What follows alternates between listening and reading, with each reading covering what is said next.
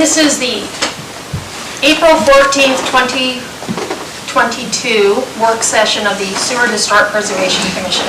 Call the meeting to order.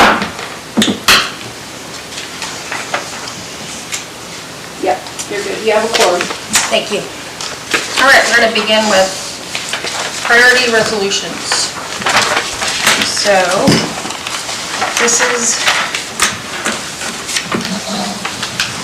Okay, so I requested that our library director, Saylor, provide priority resolutions from the past. 218 being my favorite, but do we have, no, this is a work session, okay. Because on Monday night, the council edited the priorities resolution that we submitted and approved it. So I don't know that we have that in our... It's page 2 through 4 of the packet. Is the regular meeting packet. No, the work session packet. Oh, good. That's great. What was approved. Okay.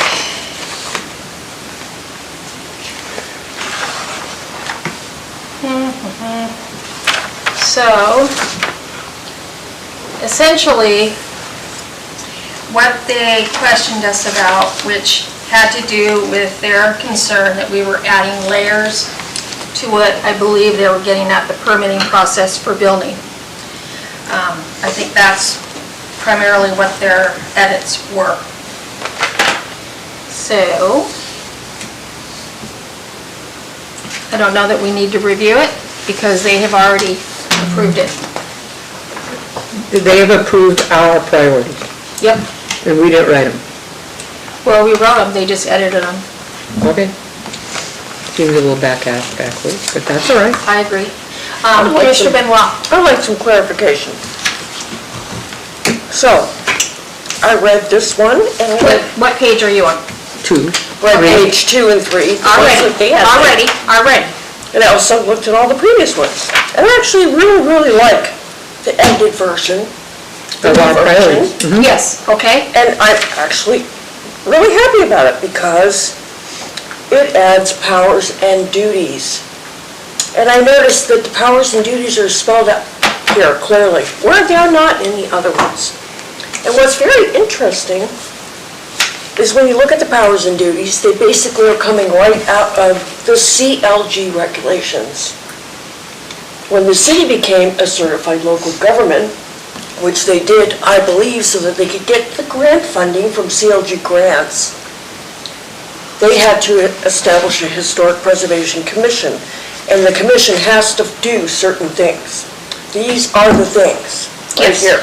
Yeah. And interestingly, some of the things that are listed are number 4, act in an advisory role to other officials and departments of local government regarding the identification and protection of local historic and archaeological resources, and also number 7, review local projects and recommendations about the effect on properties identified in the local historic preservation inventory.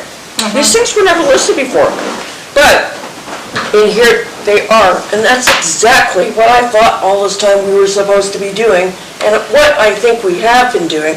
And so my question is, I'm confused because I did not get that message at the city council meeting. The message I understood from what they actually said in words was, we do not want you to do those things because that makes an extra layer of regulation. Yet what they wrote says, please do those things, and this is exactly what we're supposed to do according to regulation. So which is it? Which one are we supposed to do? I'm assuming it's this one because this is in writing, Well, they and this approved is what they just did. Yes. So I just wanted to clarify because I feel like, as the commission, obviously we're supposed to do And this what's is from legally code. required of us to do. Yes, this is from code. Okay, so I just wanted to, did I just not understand what was happening, or are you guys confused? Just as also? confused? Yes. I I'm would just assume the same. I didn't get it. Yeah, this seems, What's your impression? What I got from it was, they don't have to do it, we tell them. We can't make them do it, is what she said. Well, that is true. We represent and serve at the pleasure of the council, so they don't have to do anything. We can't make them do anything, and that's appropriate. What we aren't supposed to be able to do, though, is to advise. Now, when we get into our regular meeting, I think you're going to be encouraged, because I missed an important part of what was said at that meeting. And Clerk Ballou is going to bring that forward tonight for us, unless you would like to do that now. Yeah, okay, so, because we talked about this when Cheryl called earlier.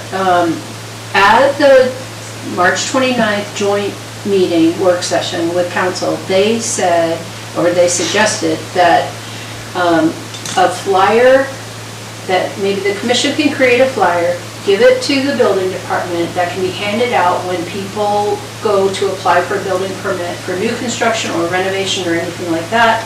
And the flyer would be a message for HP to say, hey, are you interested in historic preservation for your property? If so, we have these resources, and contact us. So that was a suggestion that had been made, and Chair Cease I was just reminding her about that on the phone call. Which I'm very grateful for, because I missed that. I got stuck on the suggestion that we go by the signage on the properties that they were doing their building, or, you know. New signage. Yeah, those big white signs that, is on a property whenever there's going to be any type of construction done. It's a permit. Yeah, it's the permitting. And so my mind, I apologize, got stuck there, because, I was so frustrated, because all I could see was, you're asking us to drive around town and find those signs in order for us to identify whether there's any historic properties being changed. And then, when I did call Clerk Ballou today, she did point out that they had suggested this flyer, and I think that's great. Yeah, no, I think that it needs to be it needs to be built into the process, as opposed to making additional work. I've always been sort of taken aback by this whole, we are making additional work, when in fact, if it's done smartly, we're not. And that would be one example of how it could be done in a smart way. Also, providing the guidelines to anybody. The idea is, here's some ideas. The other thing, it may come up at a later date, I spent some time with SHPO, and if we could educate the council on what it means to designate the downtown commercial district, and I know that's pretty controversial, but there's some massive CLG grants coming. And right now, these CLG grants cannot be used for a private building. So Iris could not access this money because it's a city grant, only the city. But if the city does certain designations, then that money could be opened up to any business within that, even if it's privately owned, which I thought was interesting. I had no idea about that. So that was just something that came up in my discussions. So there's some educating that we need to do, but the idea that this should be separate, it should be part of the process, and people can choose whether they want to access it or not.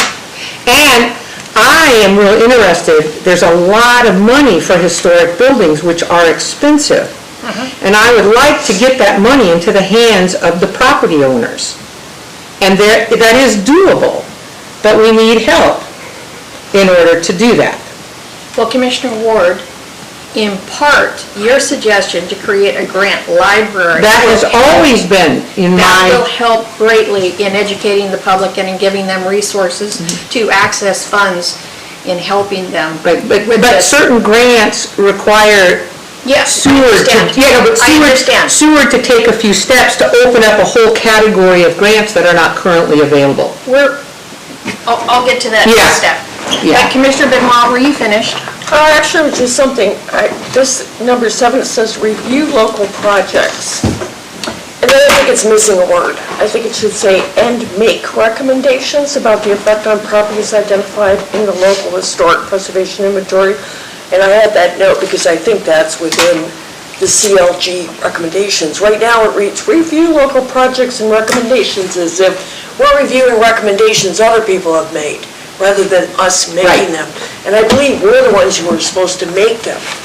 And just the fact that it says review local projects and should say make recommendations, if we're supposed to be, this is part of our job, is to review these local projects, and we're part of the city, and we're under the city, we're a city commission, the city should make it easiest for us to review these projects. Like at the meeting, city council meeting, almost sounded like we had to do like a Freedom of Information Act request to get the information about which projects are gonna happen that are historic buildings. Like, we shouldn't have to go to all that work to find out. We should be working Included on the memo together list? so that we know which projects, so that we can do what we're supposed to be doing. So that was something I just wanted to point out, because it shouldn't be that hard. I don't think. Well, and some projects will not fall into this category. So I would say, Yeah. we're only looking at if any new projects that happen in Seward, we're only looking at a small number of projects. If they're supposed to be related to the historic preservation inventory. Which So is if all over they're on town. our list, then that's what we're supposed to be looking at.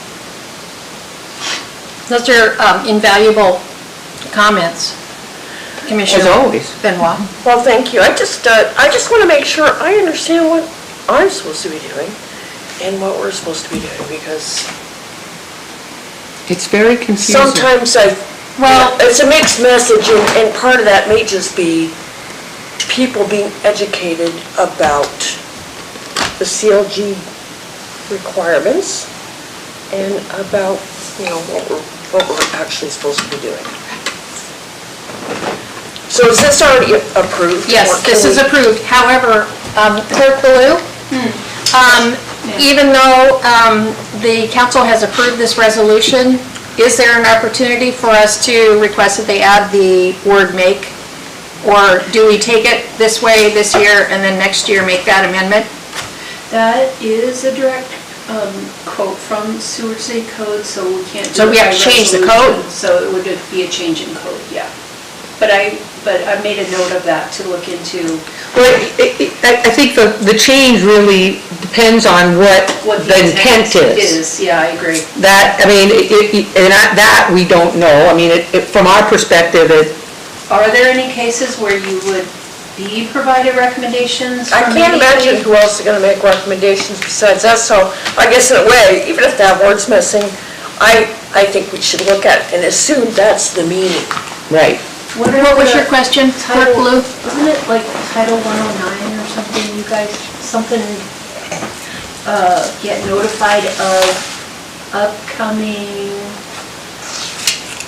activities related to potential historic? And No. you have an opportunity to review? No. Okay. No, and that's been, in fact, on the table and a request, and something that part of what we were trying to do with the Historic Business District and the steps we've been taking with this, guidelines for historic preservation and other steps, that we've tried to take, like the Historic Business District, we have been trying to establish that, and we've done it to no avail. We've actually been met with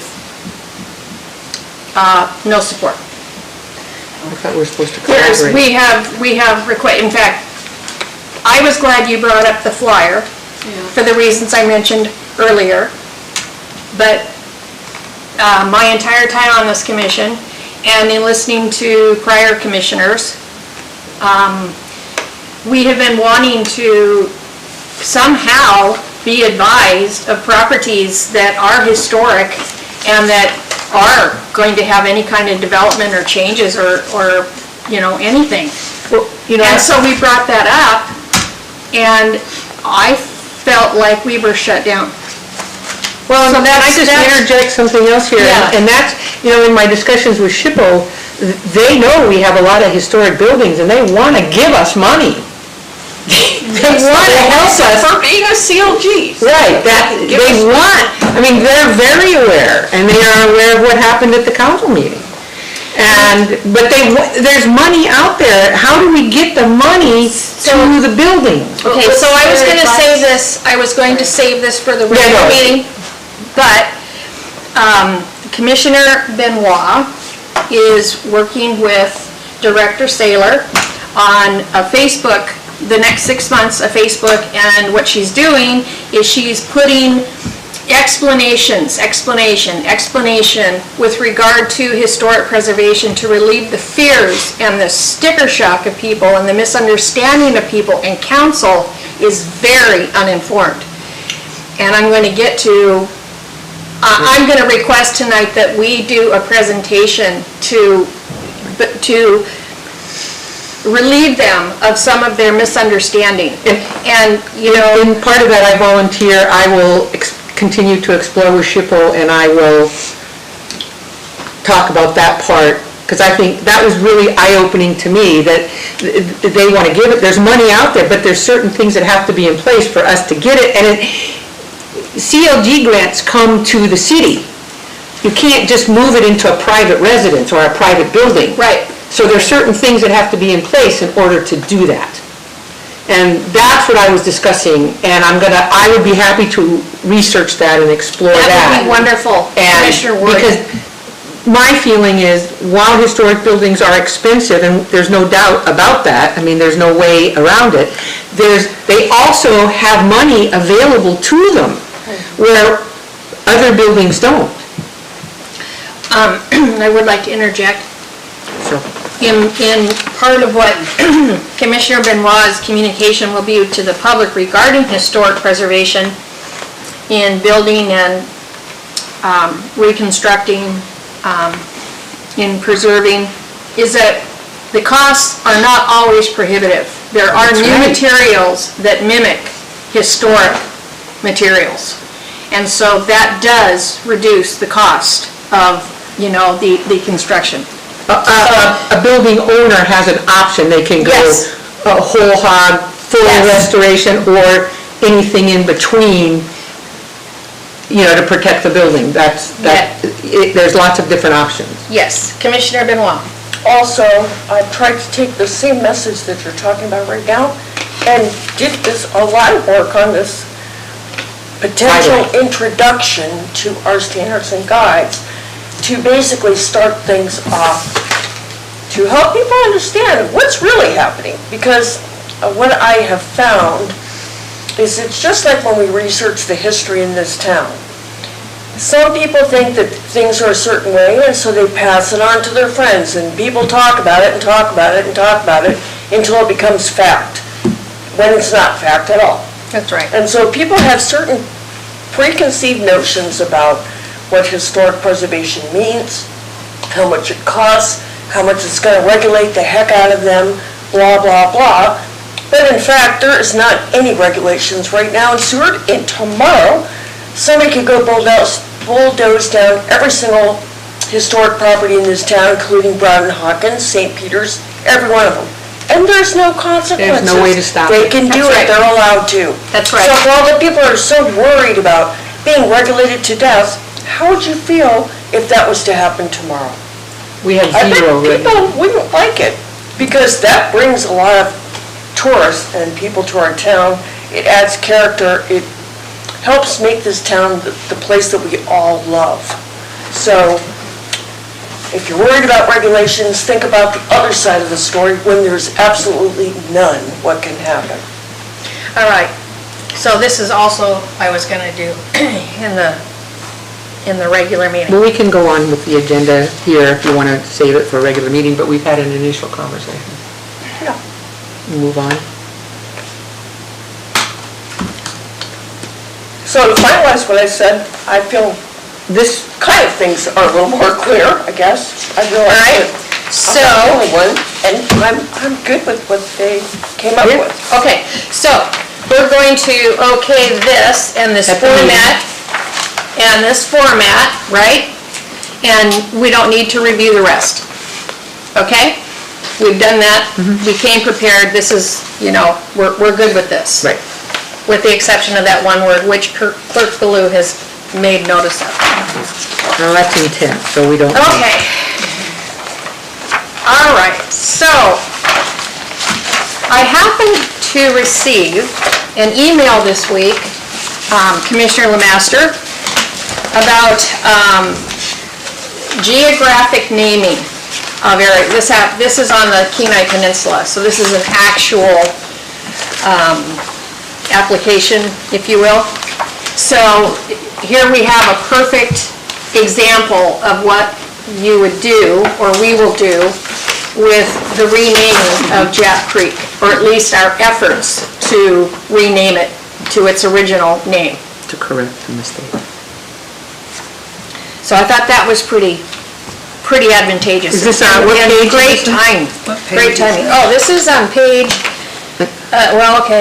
Is this the one where it says? 19.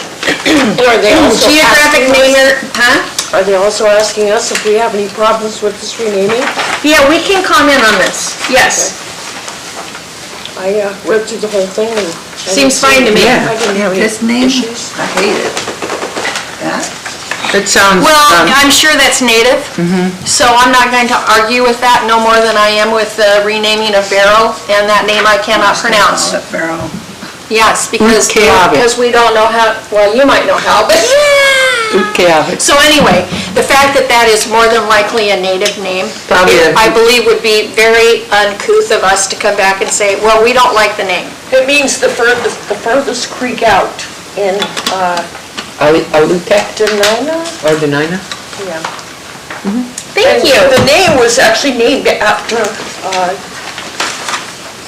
a native man that had gotten named Californsky because he was working for the Russians doing fur trading, and he'd gone down to California to do some trading for them.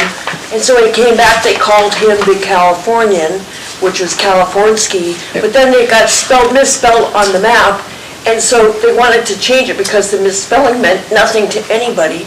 And so they want to name it to what the natives actually called, that guy moved and started his own tribe over in this creek.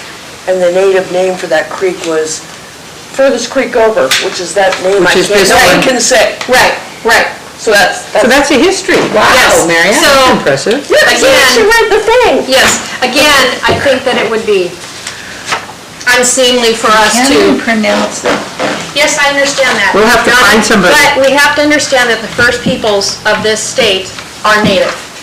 And I think it's respectful on our part to support them. Make it short. Not only that, it says that the people, the Department of Natural Resources, encourages the use of native Alaska names whenever possible. And I would agree with that. So, As long as they have something that explains what it means. Probably, it would be real nice if we had a pronunciation, sort of I'd like to know how to pronounce it, but I don't object to the name. I just want to know how to say it. Well, I suppose in the comment, if you wanted to take this on, if you would like to reply to this and make the comment, it would be great if you That's could how I wrote provide it, yeah. I pronunciation. think there is something that kind of I'll look through phonetically it, real shows in clear. this. Yeah, just a phonetic, that's how I learned Utqiagvik. Formerly Barrow. But, I appreciate Commissioner Benoit's summary of this, very much. And I was just excited when I first saw it for Commissioner Lemaster because he volunteered to take on the renaming of Jap Creek. So there is a process, Yeah, a and clear this is an process. example of it. Is there, Well, the last page, page 30, will tell you who you go through. yeah, perfect. So, Because I think we should get that creek renamed appropriately. That's again a Seward historical creek. yes, absolutely. Once again, a problem where there was a misunderstanding in history. Well, lack of research. We found quite a bit of that. They thought this building over here was the steam laundry. Then the state identified that in the 70s, and we've corrected that. I don't know, when we were doing the walking tour sign, because that's not the steam ones. One That's of those right. examples of people start talking, they repeat the same thing Right. over and over, Yes. it comes back, and it's just not true. Yes, well, and Fort McGilvery and Fort Raymond, right? We had defenses in place to protect us from the Imperial Japanese. So it's understandable that without research, Jap sounds offensive, like that's JAP, and they wanted to correct that from a politically corrective perspective. However, they failed to do the research.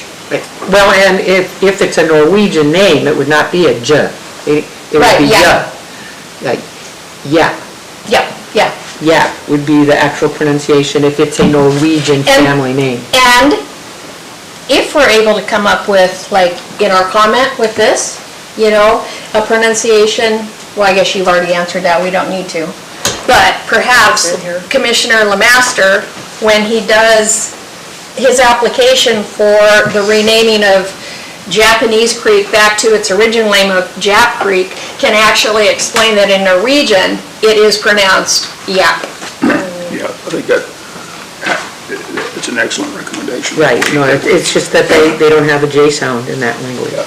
And the same thing on this, right? This is, we could reply, Yes, we can reply to that. and the comment being, how do you pronounce it? Yeah, I just love to be able to do that. know Yeah. How to say it correctly. Say it correctly. It's a theme with me. Okay, historic standards and guidelines. Before we open this, Clerk Baloo is going to explain and educate us on the edits that we would like to send this out to have done. Oh, okay, yes, the procurement process, or for the next steps for getting all your work into a booklet that's actually published. Commissioner Benoit, her materials that she submitted are in this, in the packet tonight, but the whole thing will have to be, when the commission, when you're satisfied that it is as far as you want to take the body of the content, the next thing to do would be to draft a summary or an overview of the scope of the project that you want to go out and get bids on. So, or quotes rather, not bids. So somehow you have to do a little write-up that's enough information that when we reach out to different vendors, it gives them a good enough description, and we'll attach the draft of the copy so they can see the material, and then they will, based on that, give us a quote back, or they'll decline to give us a quote, so it'll be up to them. But we have to reach out and ask for at least 3. And receive those 3. And not necessarily, so so the commission reaching out satisfies the 3. Okay. Whether or not they want to give you a quote back, you're not responsible for. So Okay, you would have to solicit at least 3. okay. As And long as that- we've tried, as long because there as may not be you've 3 tried. people out there that could do a Yeah. job. Well, we could send it up to 6, but the burden on finding this editor is on us. So we need to find editors that we want to RFP. Well, No, that is up to we us to can pick. do a very broad search to Anchorage, to the other side of the peninsula. It costs You mean the no city? money. Yeah. Okay. Yeah, I can work with, we can work Director together. Saylor? But it's not a difficult thing. What the commission needs to do is draft the scope of the Scope of the work. project. And then, when you're satisfied with the body of the content, and you're ready to hand it off, that will be the 2 things we need to send out to all the potential vendors and say, we want to ask you for a quote for this, X, and there's a description of the project. Who makes the selection? You will. Okay. Yep. So it's just typical contracting rules. Exactly. We just have to document that we've sent out the request to at least 3 vendors. Does it have to be anybody local? I mean, it Nope. seems like No. somebody could do No. this from anywhere in the world. And No, and excuse me. No, go ahead. Clerk Baloo did do a local search, and there's nobody available here that can do this for us. We used to have local, editors and stuff, and there's nothing in the system right now, at this moment in time, so. You have no choice but to go out. So this brings me to what we decided, which was that we were ready because we didn't want to take 3 years, because we looked at a group, I don't even know if it was a paragraph. Anyway, we didn't get very far. They were like, well, I don't like these 3 words, and, well, I think these other words would work better here. We did not get far.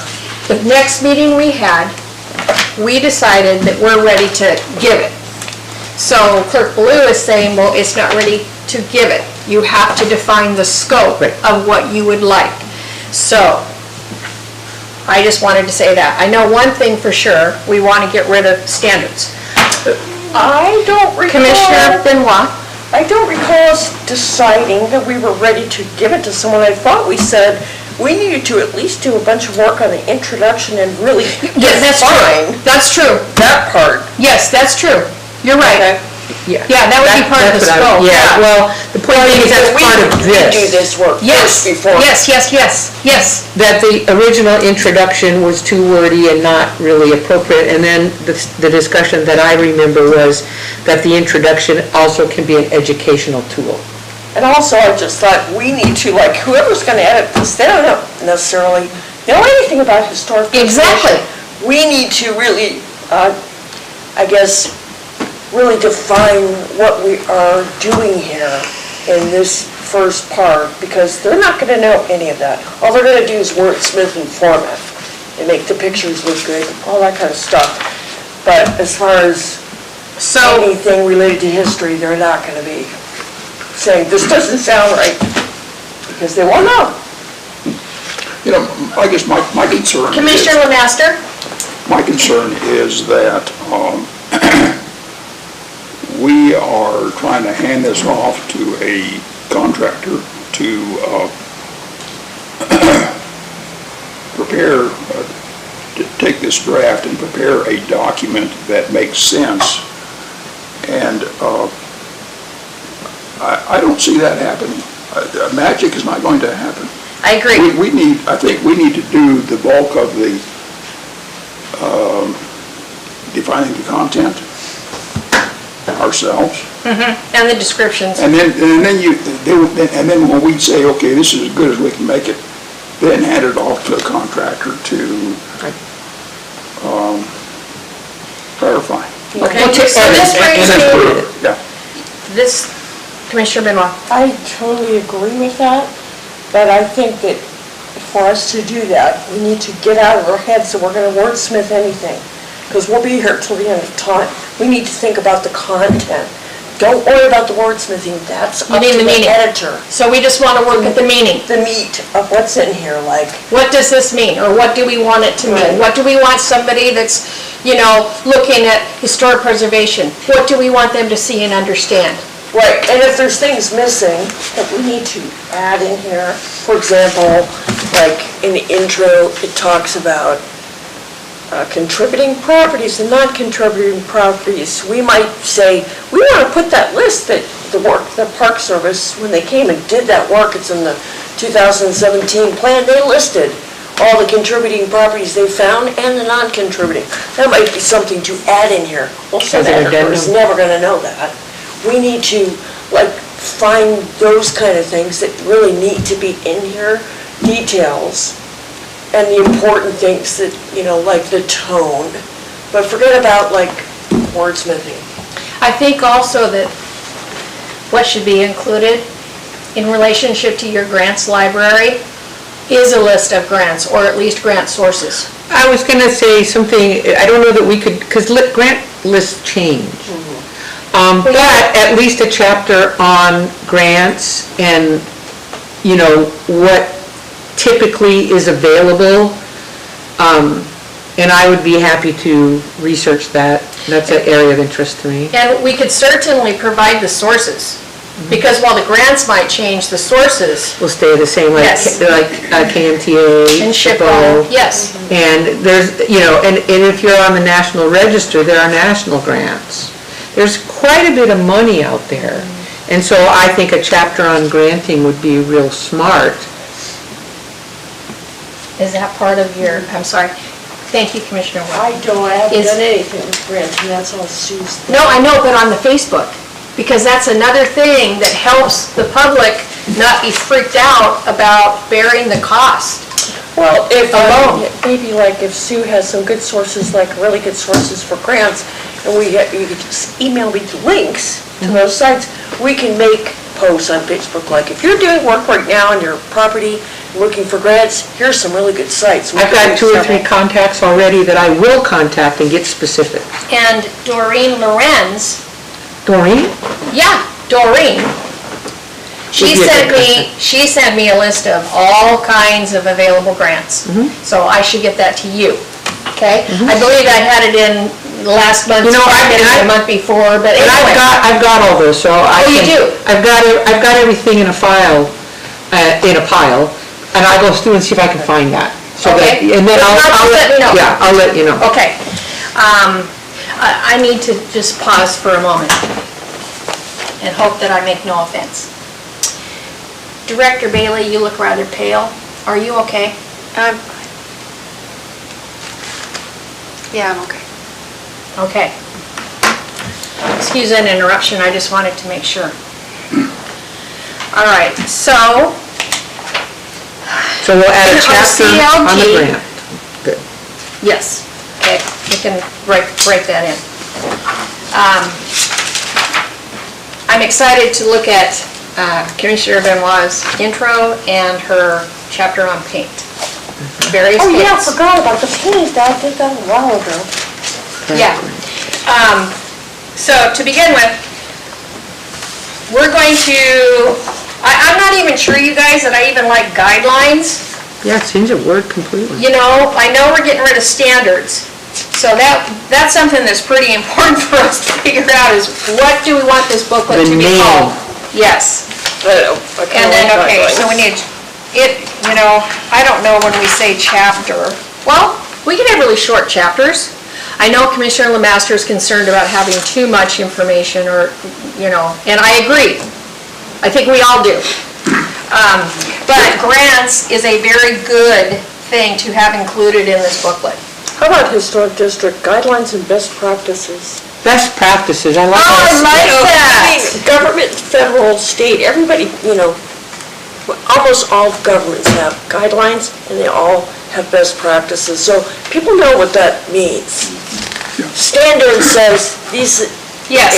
from a It's the person, law. you have to do it, and this, I would say we could get rid of that, but I don't know about guidelines, I think that's good. Yes, okay. Go ahead, Commissioner Lemaster. I was hoping that and maybe the introduction is not, maybe it ought to be goals and objectives. We need a real clear, direct, For the intro, you're saying goals? we need a clear statement on what this is. What is the purpose? What's the purpose of this, and how are you to use it? I think that's very, Because when I read the introduction here, it just, it doesn't tell me about the document, right? so that, Okay, well, you could write something, add it in here. the thing of it is, yeah, But when I read this, though, does it tell you about the document? What it is, and how we're going to use it? Well, when you get to this part, it tells you this part right here that says who can use it, what are the guidelines, why have them, when to use them, all that. I think it spells it all out there. Maybe that should be the introduction. or at least part of the intro. See, I disagree. Like, the reason I put this whole thing together was because I feel like there's so much misinformation out there. People need to know, why should I care? Why is this important to do?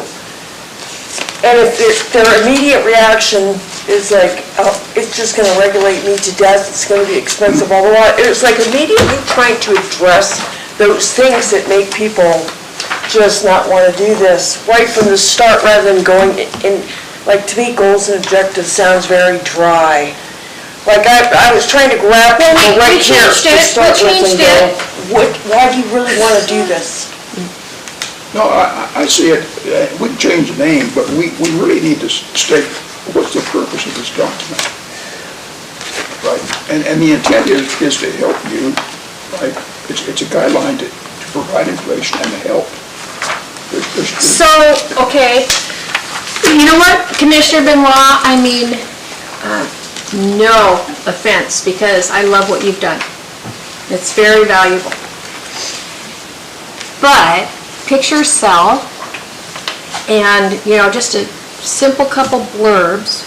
So maybe Commissioner Lemaster is onto something, that maybe we can have page 36 and 37 be what you opened initially, and then the next thing that happens is your, I was just gonna jump in here, and I don't see a disjoint between both of what you're saying.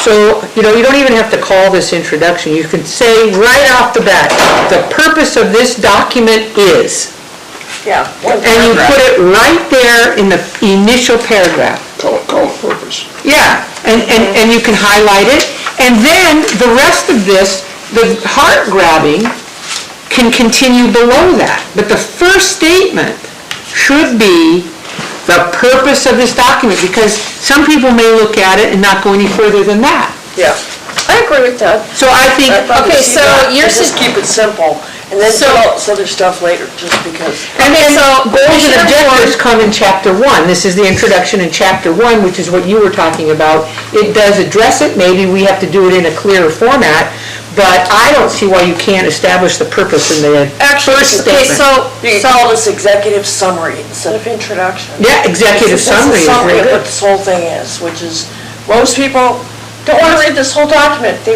look for the summary to start. well, with. I understand that, I just don't like the word executive. Okay. Because, I mean, to the common man, that's just, Yeah, Okay, summary. but yeah. Summary I is think- fine, take out introduction, summary. yes, we can put summary, but also, the purpose of this document and how to do this is pretty dang good. Yeah. Like I I mean, say, it I tells don't you see, exactly what we're doing, and then, we get to flip over and, find our pictures and our explanations and work through it. I didn't see them So- mutually exclusive. And as far as pictures go, I wasn't thinking about pictures, I was thinking about just the narrative. I wasn't trying. Yeah, no, I only brought up the pictures because the pages that Commissioner Lemaster, brought forward are, they're brief little tidbits, and they have pictures, and people like pictures. Pictures are worth it. Well, pictures are worth 1,000 1,000 words. I wrote that a zillion times Yeah, today. pictures are worth 1,000. So, Actually, this week. I have no problem with any of this. I think it's just gonna make it better and more usable, more user-friendly. Okay, so, I'm just gonna keep doing this, okay?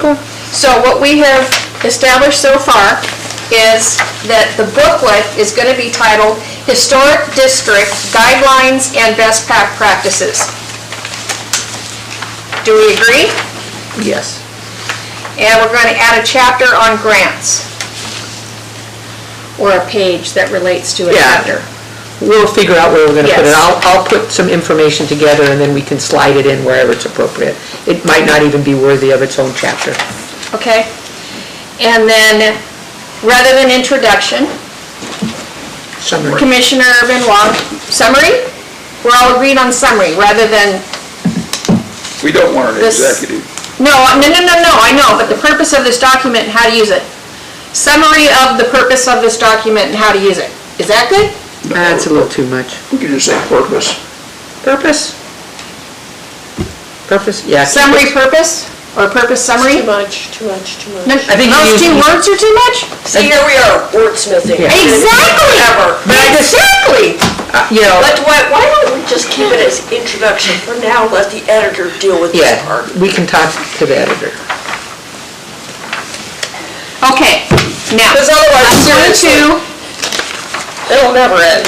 okay, so, speaking of never ending, and not wanting this to go on for 3 years, I'm gonna make a recommendation. Our CLG project last year was very, very important to us, and we had a deadline. And we decided that we needed to meet weekly for a period of time. Now, we may not agree to meet weekly, but I would like to see us add an additional meeting a month for the sole purpose of working on this document. Rather than work sessions? Exactly. Because this is the sole reason for that additional work session. Commissioner Benoit? Don't really like that idea. I feel like we should all come prepared to the meetings that we have. For example, this meeting, we were all supposed to come prepared with edits for the introduction, but I don't think we have. And so now we're talking about adding extra meetings. So I'm not trying to be a pain. No, I'm just you don't. saying- You're I'm just saying trying to that add. if we all come prepared and do what we say we're gonna do, we should be able to get a lot done in the meetings we have. And for me, the summer is extremely busy, so I really don't want to start adding extra meetings. If we don't have to, I just think we should be more efficient. Well, I wrote the original document, so I'm perfectly happy for people to change it, but I'm not going to add any more. I wrote the original document, so. Cut and paste it. I did. And I'm happy for it to be altered, but I have nothing more to offer. So You took on no chapters? No, I had chapter one, I had the introductory chapter, and I had chapters 1 and 3, and then that got changed. So I worked on those, and then that got changed, so. As I recall, on chapter 1, we only got, We never. and we never agreed on even one paragraph. No, did we never. That's the example I was bringing up. We did not even get to chapter 1. We didn't even finish the introduction. We decided to do it this way. Well, at that point, we didn't really have an introduction, did we? We did. There is an introduction. We discussed this idea before, that instead of us wordsmithing and trying to go through these chapters one by one, wordsmithing, what we should all do is do our homework beforehand, read these chapters, and kind of go through and go, these things I do not agree with. Not caring about the wording, but I don't agree with the concept or that this particular thing should be in this document, and instead we should do something else, like the meat of the document, the important things, so that we could come and sit down and talk about a chapter and go, did anyone have any heartburn about this chapter, things that are missing or should be taken out? And we So you're talking stick to about those topics. You're talking about topics. Topics and concepts, but not Content. wordsmithing. We're talking about content. Otherwise, it doesn't make any difference. We end up wordsmithing. We just have to stop ourselves. Content and concept. You know, for example, an important thing is like art product. At one point, every place in this document where it says you shall do this should be removed because it is not a standard. And so that was an important thing that we have all agreed on that can be done throughout this document. Looking at things like, is there more detail that should be in here specific to Seward? Because this document, even though you got it from Juneau is a different place.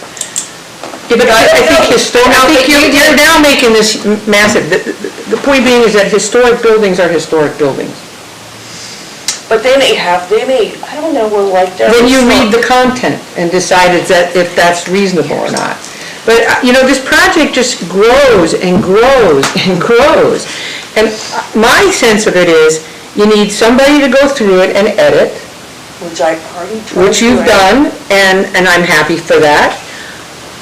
And then we need to go review it and talk about content, but then I'm happy to put it out to bid, because we're gonna sit here and have these conversations for the next 6 months.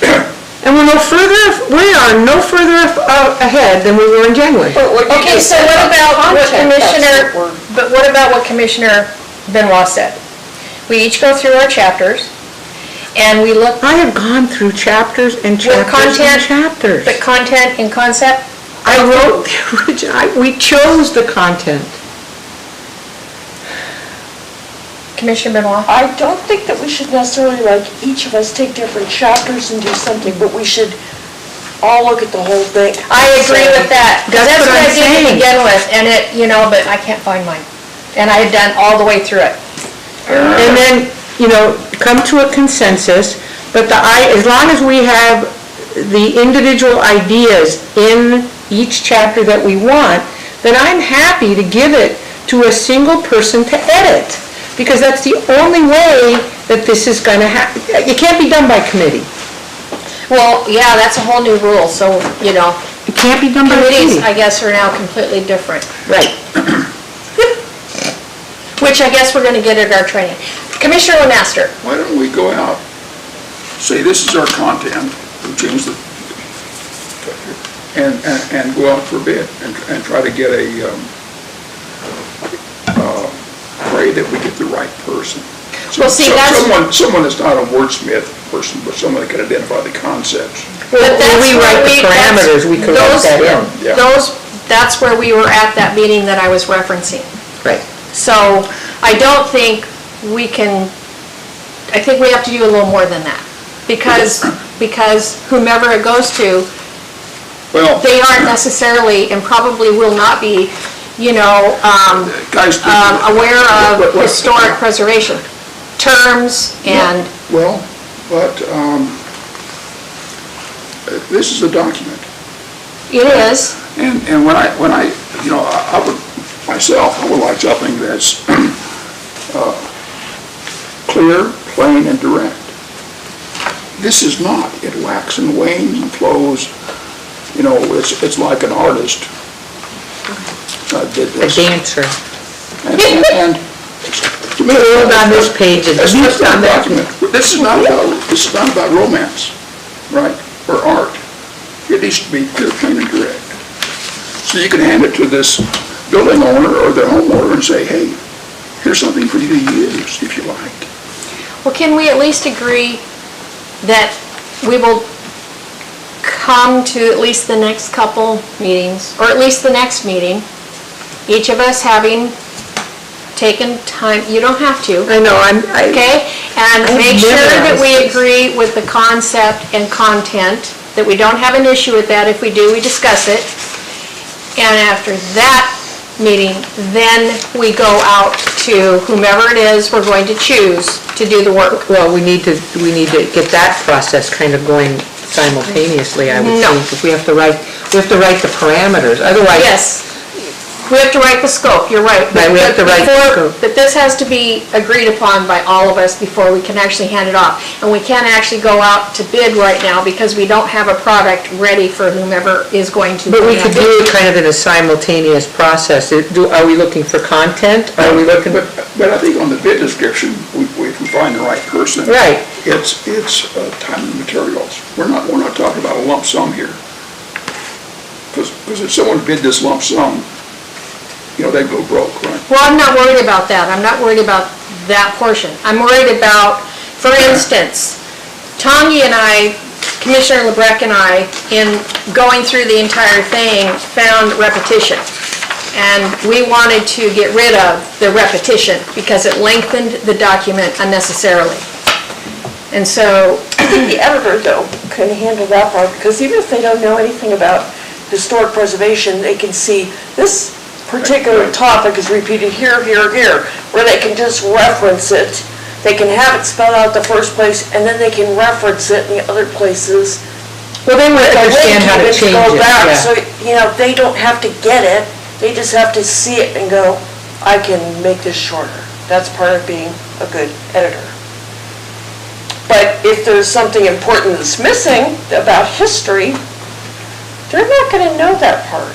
Unless we're going to pay for somebody that has a background in historic and understand preservation, Seward.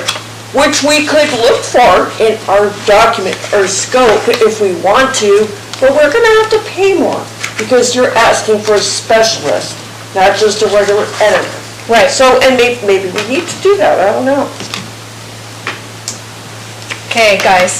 But most people, I think, are, I don't know, historians would be like, wanting to take on editing work.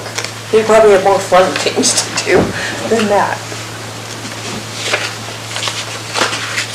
Okay, So, we have our title, and we've changed the name of the introduction. This is a summary of the purpose of this document and how to use it. No, that was too many words. I don't remember what we came up with there, but anyway, whatever we came up with there, that needs to be done. Those two things can be decided tonight. And then we write a scope of what it is we want, and do, you know, I really feel more comfortable if at least a couple of us went through it to make sure it has the concepts and content. And Commissioner Ward, I know that you and I both put a lot of work into this, and you chose wisely, and then Commissioner Benoit put over 100 hours into this, trying to edit it, and ran into formatting problems. So,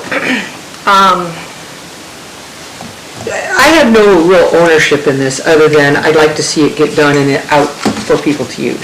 I think we're all agreed with that. And what we chose, what we thought was interesting, was information that should be included. How we address that information.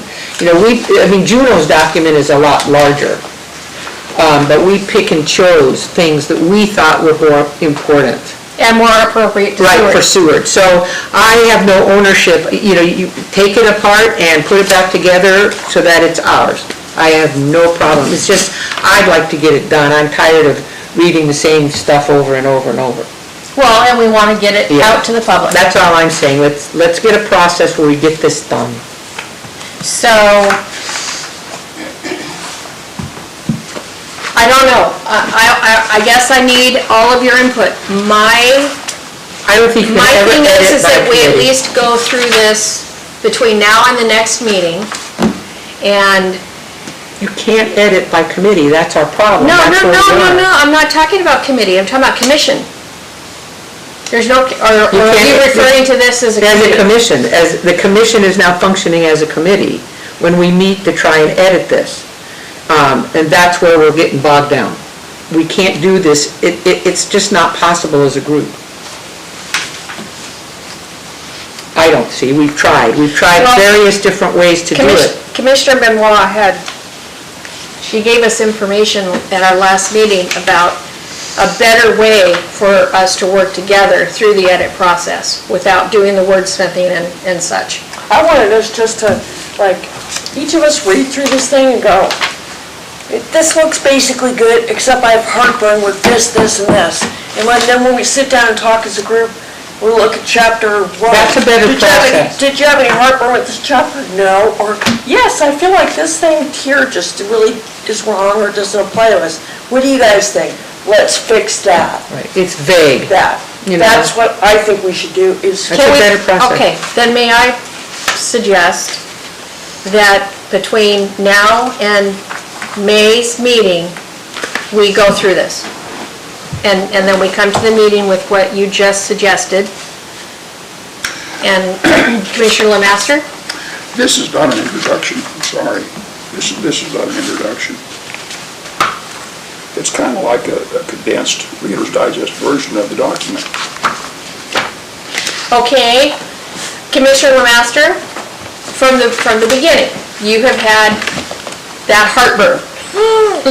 So I think maybe it would be a good idea to take Commissioner Benoit's suggestion and you write what you believe would be a good introduction. Well, Is that fair? it's going to be more like the purpose.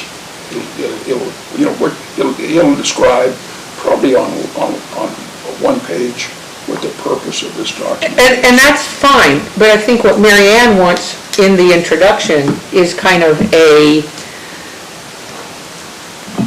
heart grab, isn't that how you framed it? To where this is a little bit of history about historic preservation, and here's what you're involved in. And actually, this might look like it's waxing poetic and written by an artist and a dancer. Because it is. But the bottom line is, I researched online how to get people to care about historic preservation, and most of what is in here I got from the University of Kansas, and it's called a community toolbox. It's all about specifically from the university, how to get people to care about historic preservation.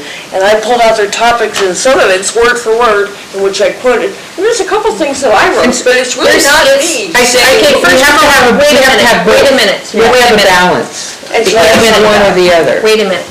Nobody is discrediting you.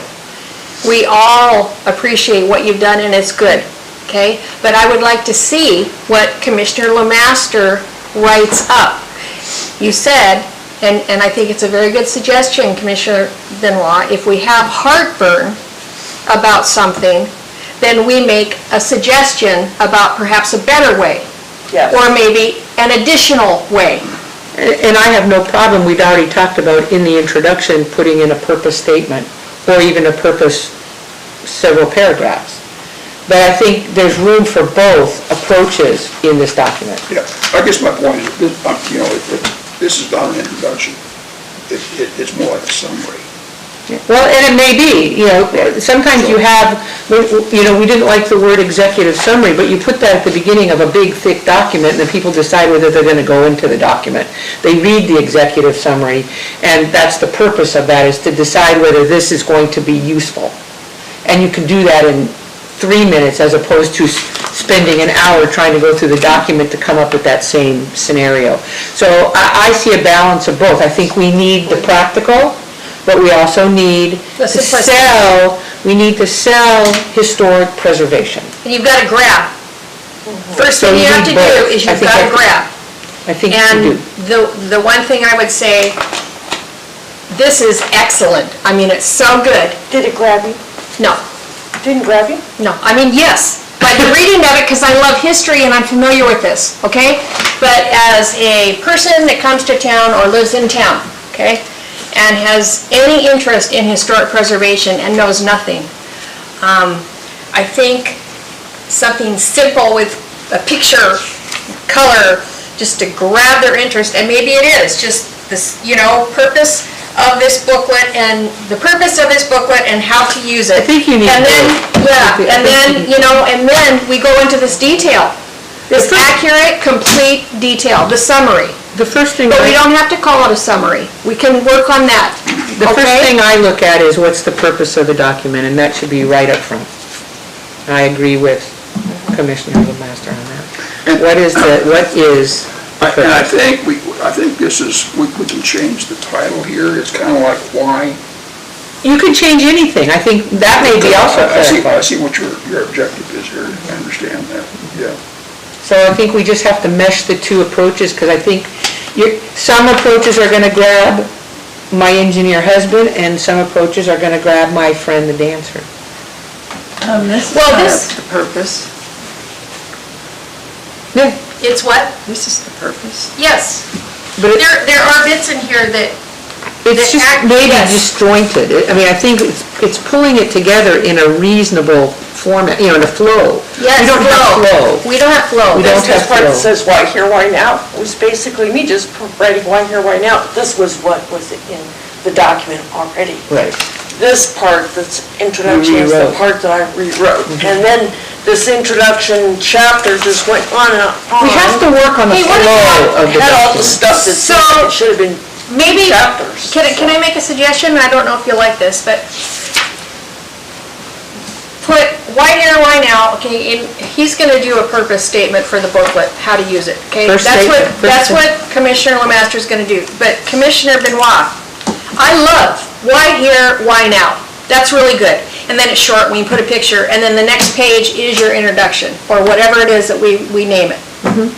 Can we swap it? Yeah, Be okay with that? I think the flow. Actually, I think that this part goes better, is more important to go first, and this is what was I know. already You see, in the this looks like a document. It was just textbook. kind of like, no, It looks like a textbook.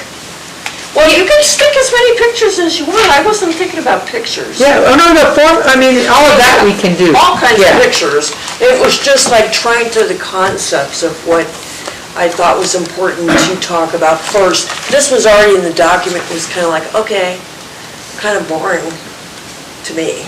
You think this is boring? I love It's the title. why here, why That's not now. boring. I think she made that, though. That was my title. I know, I like This the stuff- title. This stuff was basically what was already in the document. And so what I'm asking you is, you just said kind of boring. Do you mean this this information below your why here, why now, that's boring? Well, it was If you just, think it's boring, then that's heartburn.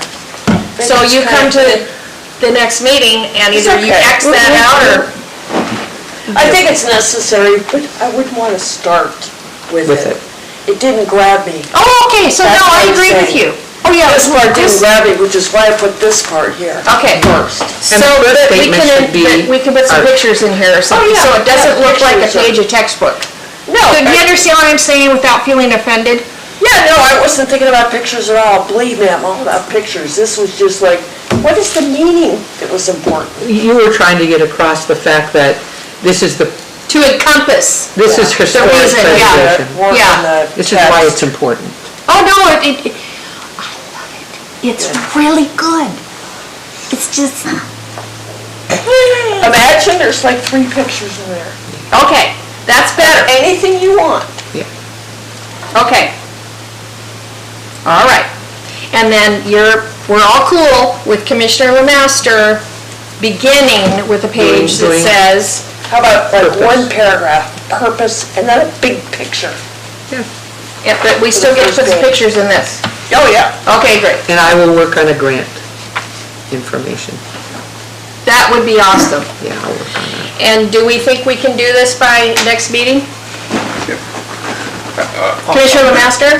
I'll do the purpose statement. Yes. And I think I'll also do an outline, because we need to have an overall view of what this thing's gonna look like. And so I'll cut You and can put the paste table of contents back in if you want, and put that, And see what needs to be rearranged. because we added a whole chapter on color already. Right. And And that may help with the flow in a outline. It'll tell you succinctly what's in the so book. I'll do the outline or table of contents. And Yeah. purpose statement, Yep, okay? yep. and I sent you a message, but I will not be at the next meeting. I know, I'm going to address that in my chair report, my dear. I just wanted to let you know, because it sounds like there's gonna be a lot of work on this next time, and Well, you've already You're right. contributed. Yeah, but- You yeah. contributed more. But if you come up with any ideas, or you find you have heartburn with anywhere, just send it to me, okay? And I'll have it here for us, so that you'll still be in here in spirit. okay. So, Clerk Baloo, I believe we took the contents out because we didn't know yet what the chapters were going to be. You're right, because they were getting renamed and stuff, so, yep. Easy to put back in though, Yeah. so. Okay.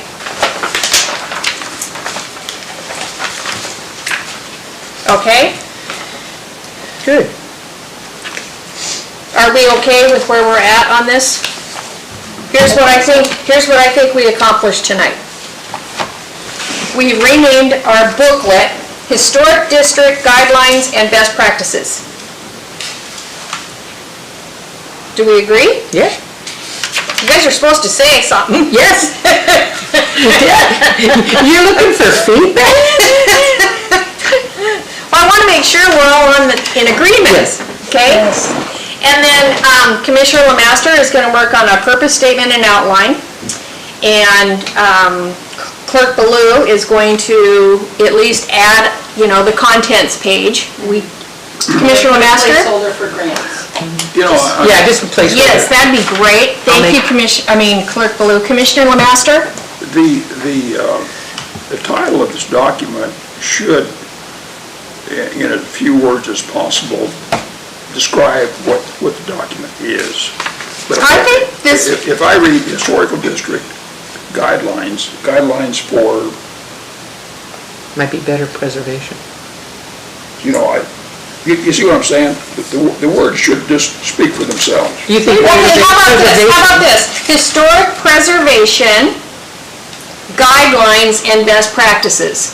Yeah. Historic Does that sound preservation, better to you? guidelines, and Yep. best practices. Yeah. So we get rid of district, Yeah, and we replace it with preservation. because ultimately, if there's, a historic building, and it may not even be within our boundary, but it's like outside the boundary, Yeah, these things are still gonna apply. Yes, they And I are. hope that people are gonna use it. That's so it's not absolutely just true. for that.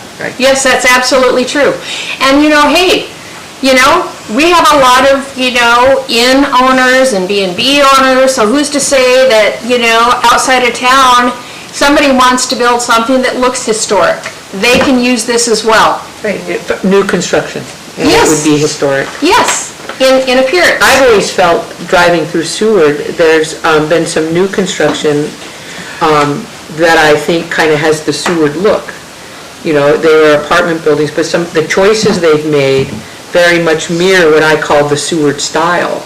And all of that's brand new construction, and the contractors have done a real good job. Yes, they have. Yes, they have. Real good job. In fact, I was at one point going to suggest, what, it'd be a great idea if the Historic Preservation Commission, puts up this little, compliment flyer page or something, and, those houses, that are Seward-like and do complement our Even though they're history, brand we can new, just, deliver to them. They fit in Yes. so nicely. Yes, they do. There's 2 or 3 of them that, Commissioner Lemaster? That's excellent. Excellent. Historic preservation guidelines and best practices? Exactly. Okay. Sounds good. I'm sorry, we moved on, we were talking about something else, though? Yeah, I know. Okay, But this okay, is so, very good. he's a that's patient interesting that man. you said that. So Commissioner Lemaster, in your purpose statement, I really like how you brought out that what we really want to do is describe succinctly the purpose of this booklet and how to use it. Can you include that in your purpose statement? Or had you already planned on that? Yeah, it'll take some work, but This is kind of like, We'll get there. at this last sentence right here. Where are you at?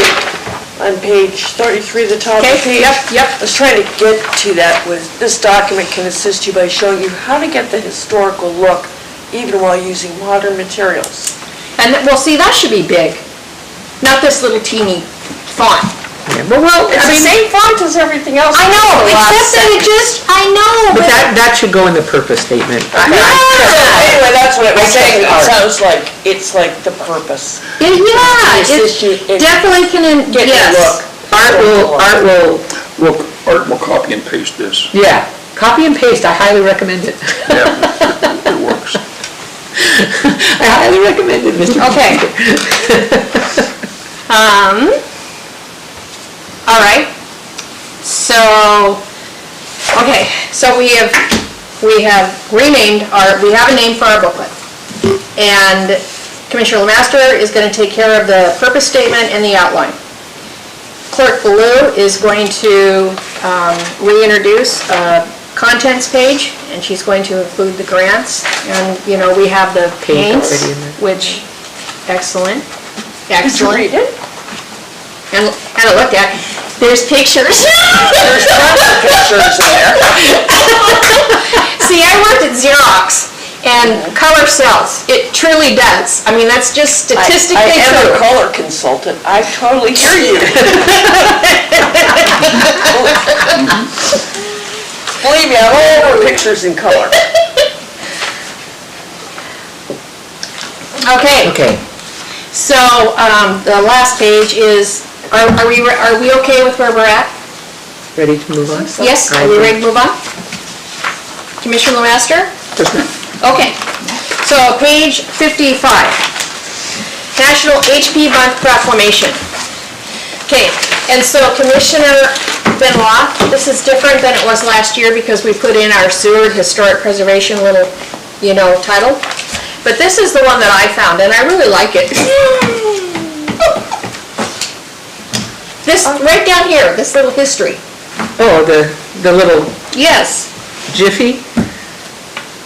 See, last year we had this. Oh, on this thing? Yes. And I think my little history here looks better than that. Reduces a little square down here. However, that is only what I think. I hadn't even really looked at this, to tell you the truth.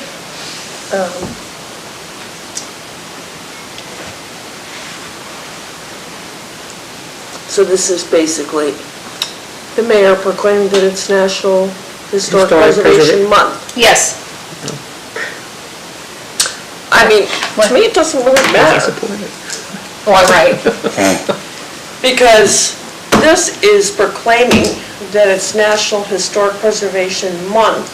It's not necessarily coming from us. Right. We need our logo there. Exactly. So I don't think it really matters if that's. Well, do you like mine? Because the one before this was boring. And it wasn't. So, Yeah, yours looks So, good. I just, Fine history. It has a watermark on it. should this be Seward Historic Preservation Month? Rather No, than no, national? no. Okay. It is National Historic Preservation No, Month. just- We can't make it Seward. It is national. We are recognizing national historic preservation, okay? And that also supports our local historic preservation. Is that in there somewhere? Well, Whereas this, I'm just looking, does this need to be updated? It says, "This place matters" is the theme for National Preservation Month for May 2020? I can't find the theme for this year. Oh, okay. I've been trying to Google it and find it, and I can't find it. tell me where you, oh yeah, this place, There's a I where. hated that too. I did, I hated that. So we just need to axe that then, I would imagine. Yeah. And also, like I said. Can we replace it? Because we don't, do we have to go by what they do? What their national slogan is? No. Yeah, I just thought it's nice to include it, but if you Yeah. can't find it, that's not very So, well, helpful. why don't we, oh, I see, we can't. We cannot write our own little theme in there because, right, because this is from the okay, so we just get rid of that whereas. Yeah. Is that okay? Yeah. Okay. And also, like I said, your little graphic here has a watermark on it, Yeah. I saw which that. means you It's- probably shouldn't be using it because Yeah. it apparently belongs to someone else that put the watermark on it for that reason. Mary Ann, You see it? you're such a Yes. pain sometimes with your detail. Well, I'm just trying to keep you out of jail, for one thing. That'd probably be good, but yeah, there's a watermark.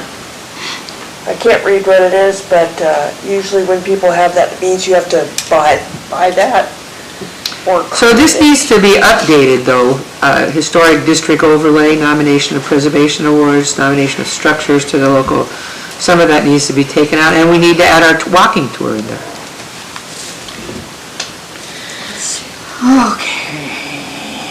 There just needs to be a little bit of updating on the language is all. Yeah, the walking tour should be on there. Yeah, the walking tour and the overlay was voted down, so.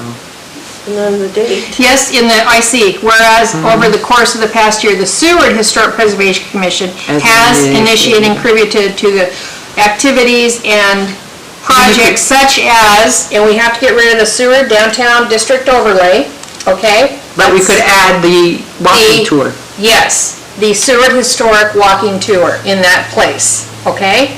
Is that okay with everyone? Yep. Yep. Clerk Baloo, is that all right with you? Yep, I got it. Okay. Okay. Take out the overlay, Yes. The Seward Downtown Historic Overlay. add the guidelines and best practices. We could add guidelines and best practices in there, she's correct.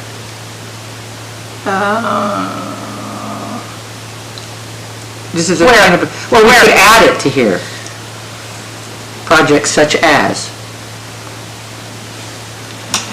It's just something we could add as what we've done. I think- Projects such as, and then, okay, so would it precede Seward Walking Tour or follow? I think walking tour is the premier thing we've Okay, done. I do too. But then you So- could say development of guidelines and, No, we can't do that. It's incomplete. oh, okay. Well, It's development incomplete. of. Nope, it's incomplete, you guys. It's in progress. Is that the rules? It's a proclamation. Oh, okay. Shouldn't it reflect What's been accurately? actually done? Yes.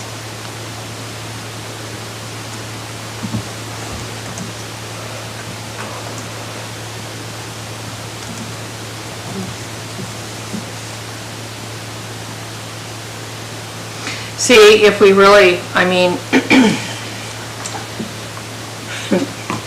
so we have neglected a couple of things. One, and I'm going to hopefully convince Donna Walker with her daughter Doreen Lorenz to take over the historic plants and trees, because that is one of our jobs, which has been neglected for the last couple of years. The other thing that's been neglected is the Seward Local Register and Historic Properties Inventory List. And, okay, I'm we've been working on doing that. continual public, I've been working on that. all right, good.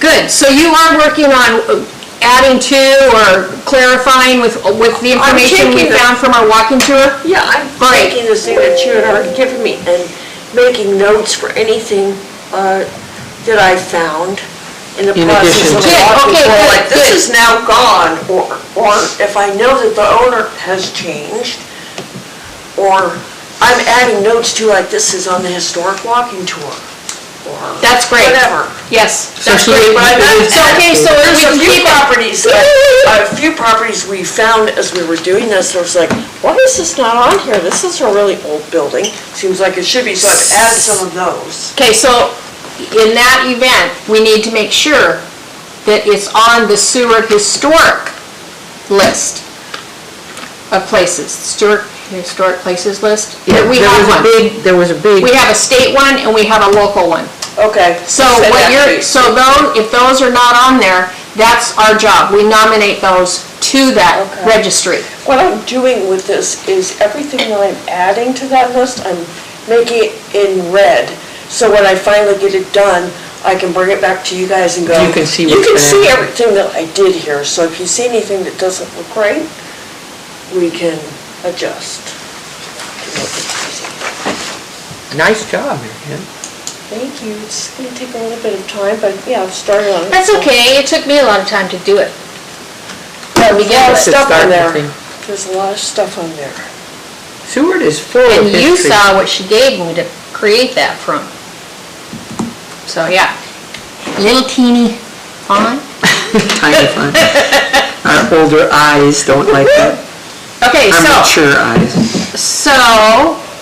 what did we decide here? Historic preservation activities and projects such as the Seward Historic Walking Tour,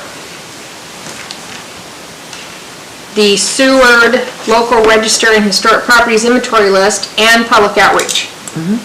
And continual public outreach. Yep, I forgot to read that Oh, word. I like that word though. That's a nice word. Yeah, What's that? ongoing. What about the Facebook page? The website? Well, public outreach, Okay. that's what that's for. That That covers it. includes all things that we do? Mm-hmm. Okay. The walking tour, the signs, the narratives, that's public education.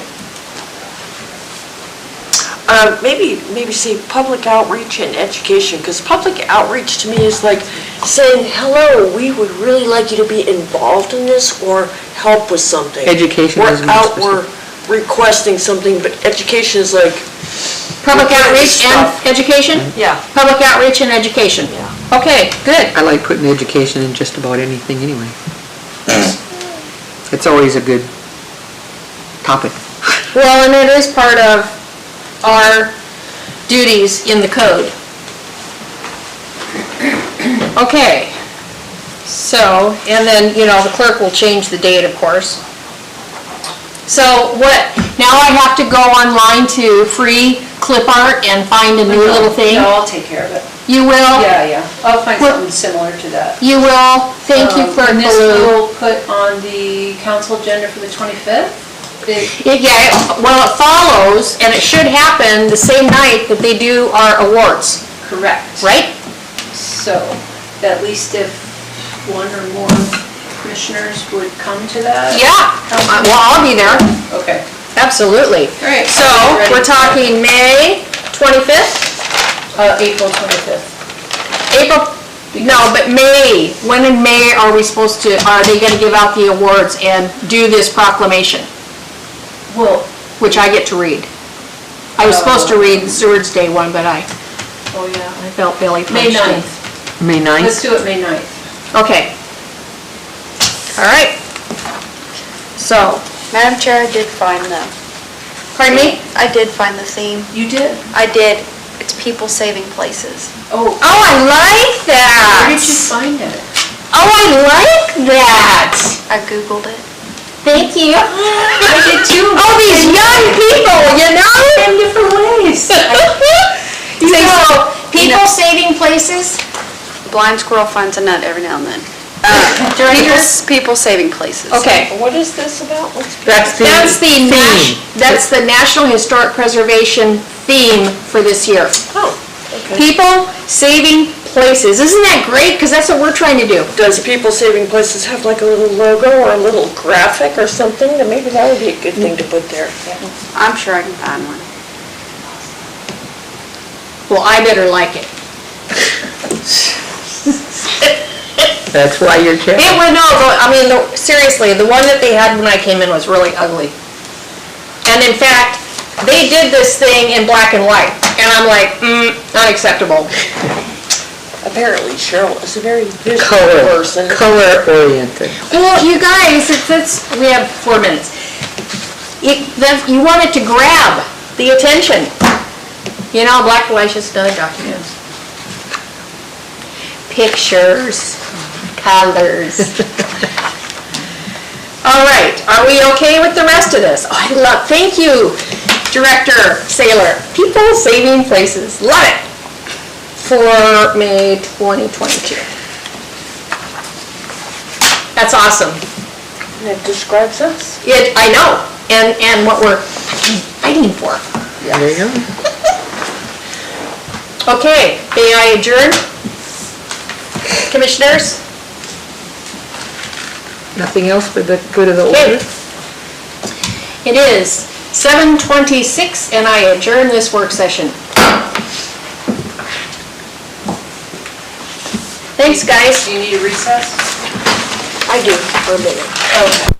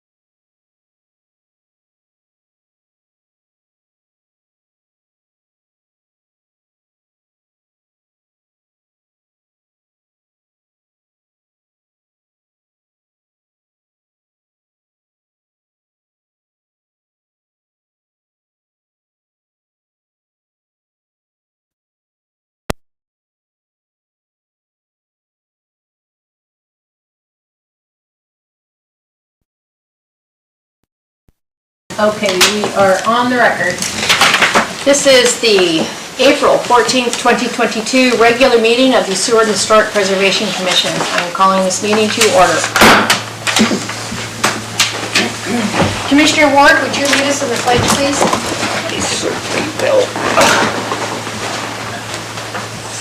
I pledge allegiance to the flag of the United States of America and to the republic for which it stands, one nation, under God, indivisible, with liberty and justice for all citizens.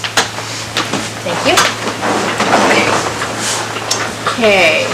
Madam Clerk, can you please do the roll call? Yes. Roll call tonight. LeBrecq is excused. Benoit. Here. Lemaster. Here. Ward. Here. Walker. Here. And Chair Cease. Here. You have a quorum. Thank you. I need a motion and a second to approve the agenda and consent agenda. I move we approve the agenda. Excuse me, do we have any citizen comments, Madam Clerk? No, ma'am. Thank you. I apologize for leaving that out. I move that we approve the agenda and consent agenda. I second it. Thank you. All right, we have no proclamations or, Vote. Vote. Are there any changes or to the agenda? Nope. Voting on the approval of tonight's agenda and consent agenda. Benoit. Yes. Walker. Yes. Lemaster. Yes. Ward. Yes. Chair Cease. yes. Your agenda and consent agenda are approved, and approved on the consent agenda is the March 10th, 2022 regular meeting minutes. Thank you. All right, special orders, presentations, and reports. A, proclamations and awards, we have none. B, city administration report. I don't have any. Director Saylor has, thank you, Director Saylor. Chair report.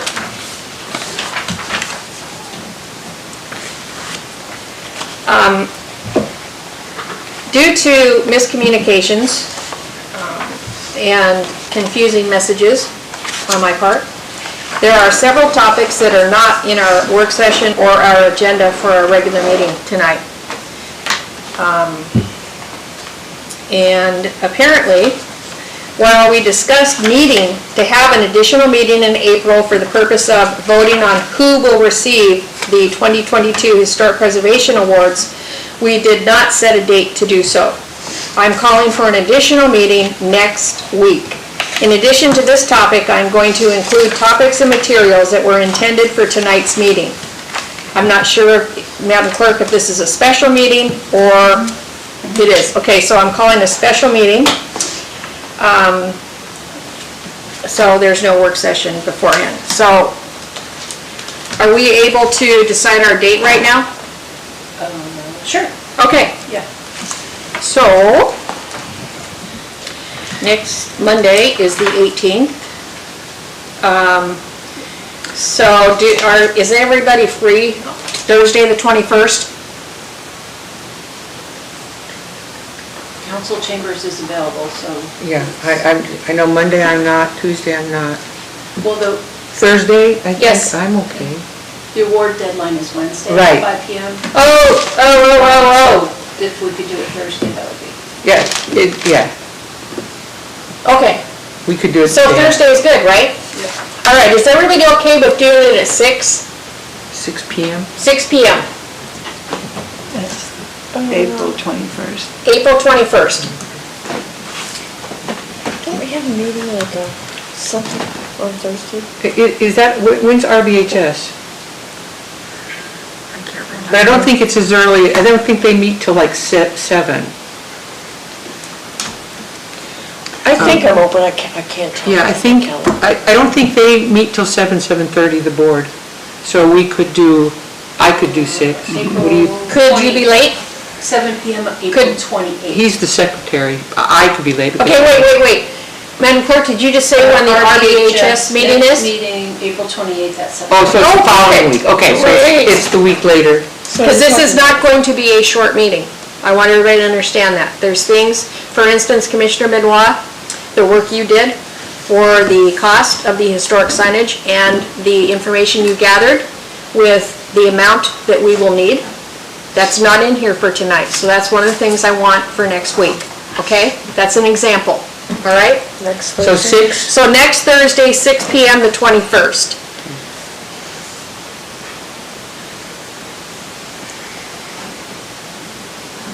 So primarily it is to award, Get our awards organized. yep.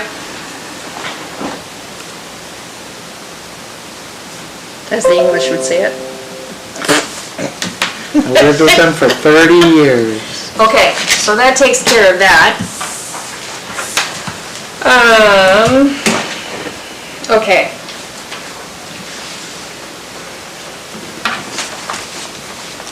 Okay, so I just covered that. Okay, this is gonna be really difficult. I'm gonna get into some hairy stuff and some really disappointing stuff. Hopefully I can do this without breaking down. I will not be renewing my commission. I have served on this commission since February of 2018. For the majority of my service, I have served as chair, missing only one meeting on December 10th, 2020. My position as chair requires a lot of personal time behind the scenes. And as of late, through the lack of communication with staff, it has only increased my workload. I have served well to the best of my ability. I have not served with a personal agenda but for the good of Seward. My relationship with the city council has so deteriorated that I no longer believe my service will be of value to this commission. At our March 29th joint work session with council for the 2022 priorities resolution, Mayor Terry informed me that we are to be a collaborative body working with the city council. At that meeting, we were asked if we wanted to go through the resolution and then take questions, or take questions and then go through the priorities resolution. I respectfully replied that we could begin with council's questions. The few words that troubled them were what they related to as adding to the layers of permit approval. We did our best to answer and were understanding and respectful in our responses, even agreeing with them. Then Mayor Terry spoke sternly about my having gone to the Journal. Unfortunately, it reflected badly on you, my fellow commissioners, and she also informed me that we are to come before council with any topic that we disagreed on with the city. This did not feel collaborative, but more like an attack. I was not even allowed to explain my entire reason for going to the Journal, which, as was able to explain, was able to explain that the journalist Sam McDavid listened to that special meeting and wrote his article based on his views of what he heard at that meeting. My statement was published under the opinion portion of the paper.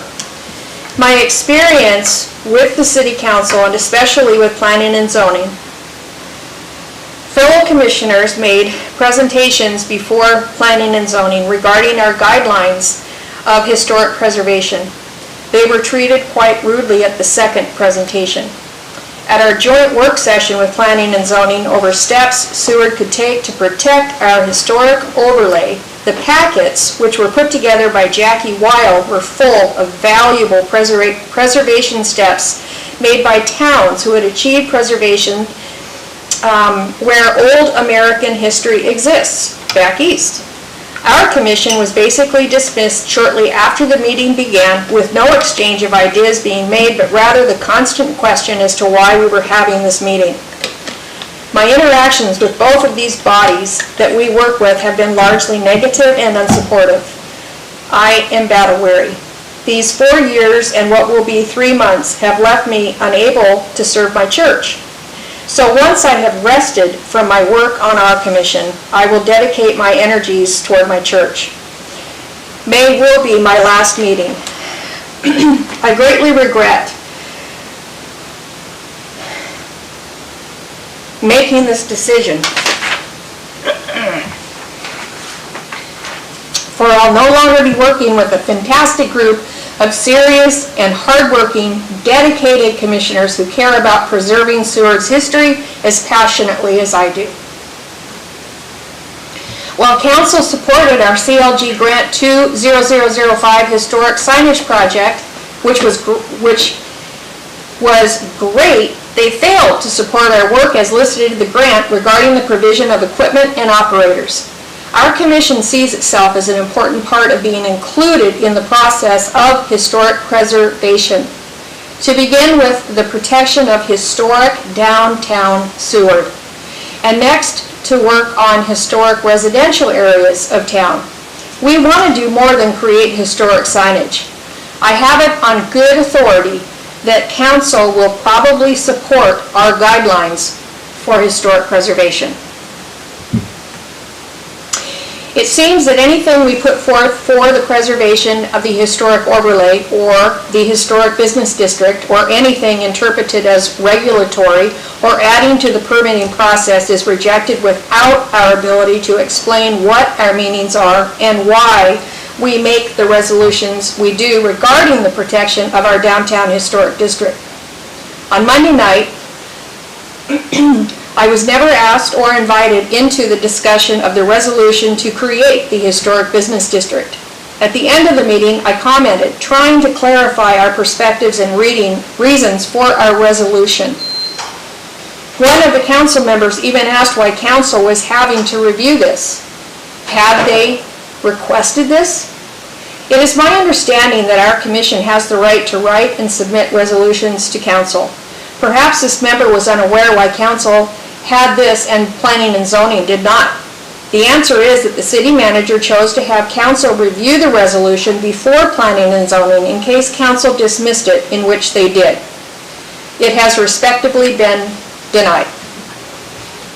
As a group, I believe we need to make a presentation to council explaining what we see as a need to protect the integrity of Seward's historic district. Yes, there has been a historic overlay for years. All councils and commissions are aware of what those boundaries are. However, there have been no protections or definitions of what is meant by the Seward Historic Overlay. An ordinance needs to be created and approved for code to achieve this.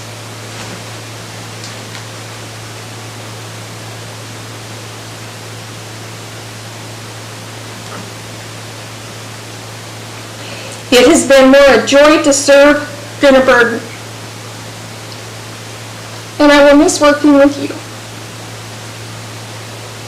However, I will, as a citizen volunteer, be very involved in the Jesse Lee Memorial. Thank you.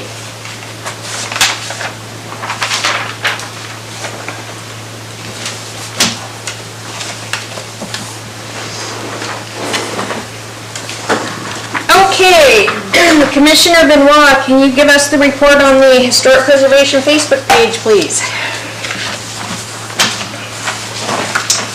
Okay. We got two blips. Huh? We got two blips. Let's see, so in March, we put out 2 posts, which is one more than we have been doing. And because of that, our reach went up 581%. Oh my God. So we reached 1,124 people. We even got more followers, 16 more than last month, which was good. Most of these people are from Seward or other areas of Alaska, although we do have somebody from Arizona and apparently Costa Rica, because our history is so fascinating. Worldwide. That's just so awesome. Costa Rica. Well, we had somebody from the Aleutian chain not too long ago, right? Yeah, so you just never know who's watching what you're doing.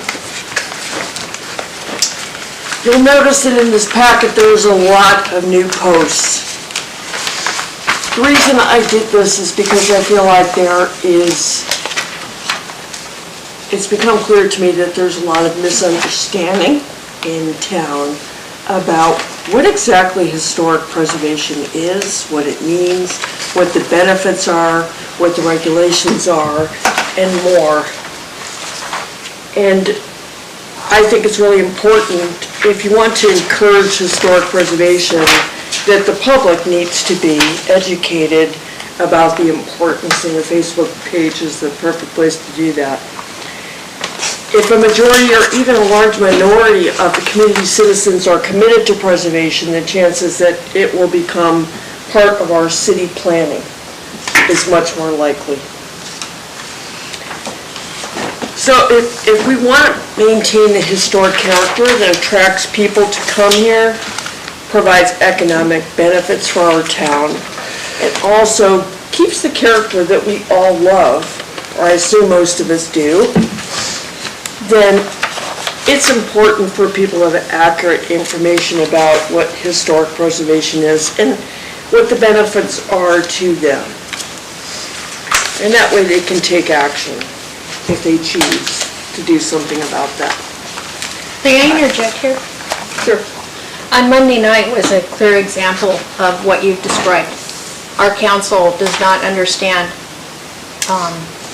Right. exactly what you just That was said, that fine. the public doesn't understand. That was kind of my inspiration for spending many days putting this together.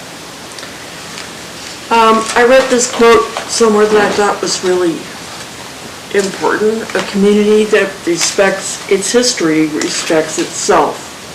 The preservation of that history through the preservation of sites is important to it and can help a community realize its strengths and use them to improve the lives of all of its citizens. All its residents.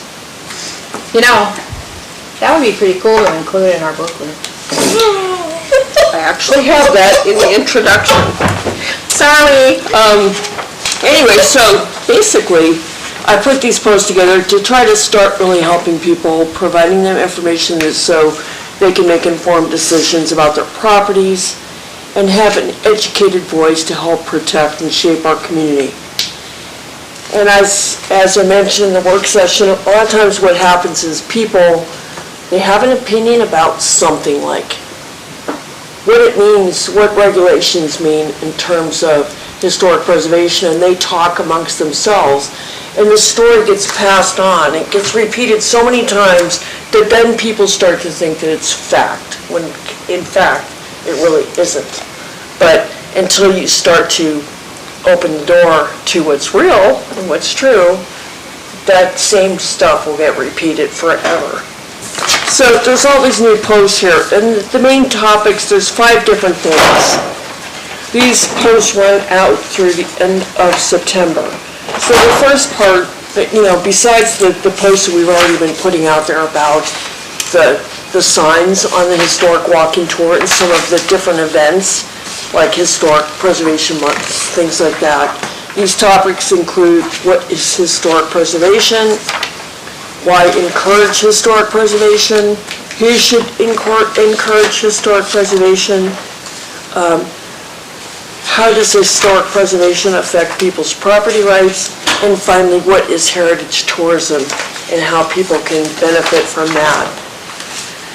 So there's a lot of stuff here, and part of the goal is to put these things out, more of them on a more regular basis, so especially during this time for Historic Preservation Month, there's a lot of things going out on a regular basis.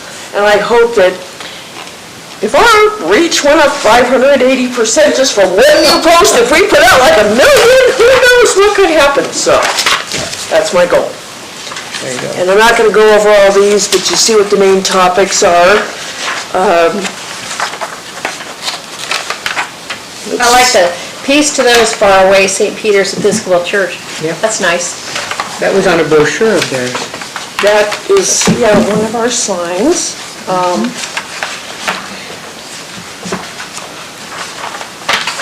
I just want to point one of these out because I think this is kind of important. Okay, what page are you on? I'm on page 819? 19.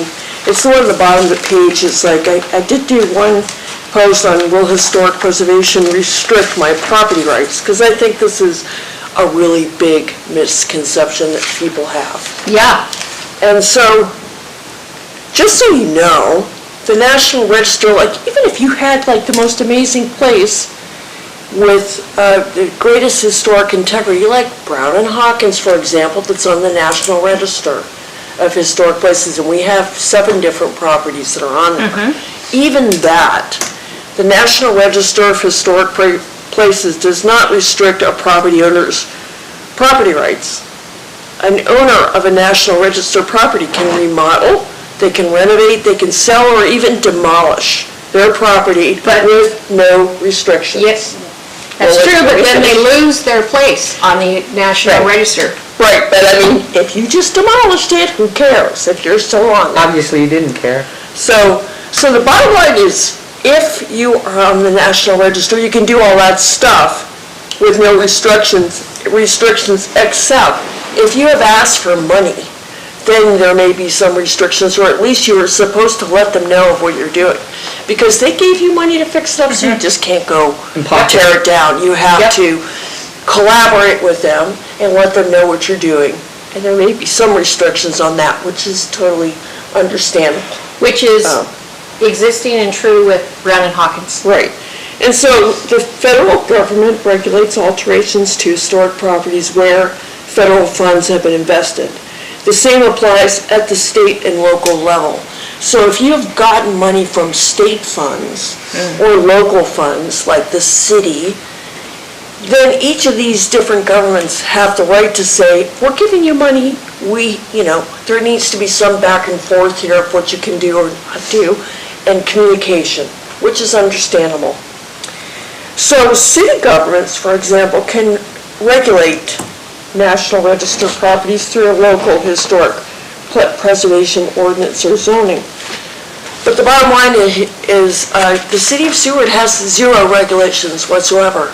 So tomorrow, if somebody wanted to go bulldoze every single historic property in this town, including Brown and Hawkins, St. Peter's, the train station, the Van Gilder, any of the places, there's 7 of them, they can. There's absolutely no consequences.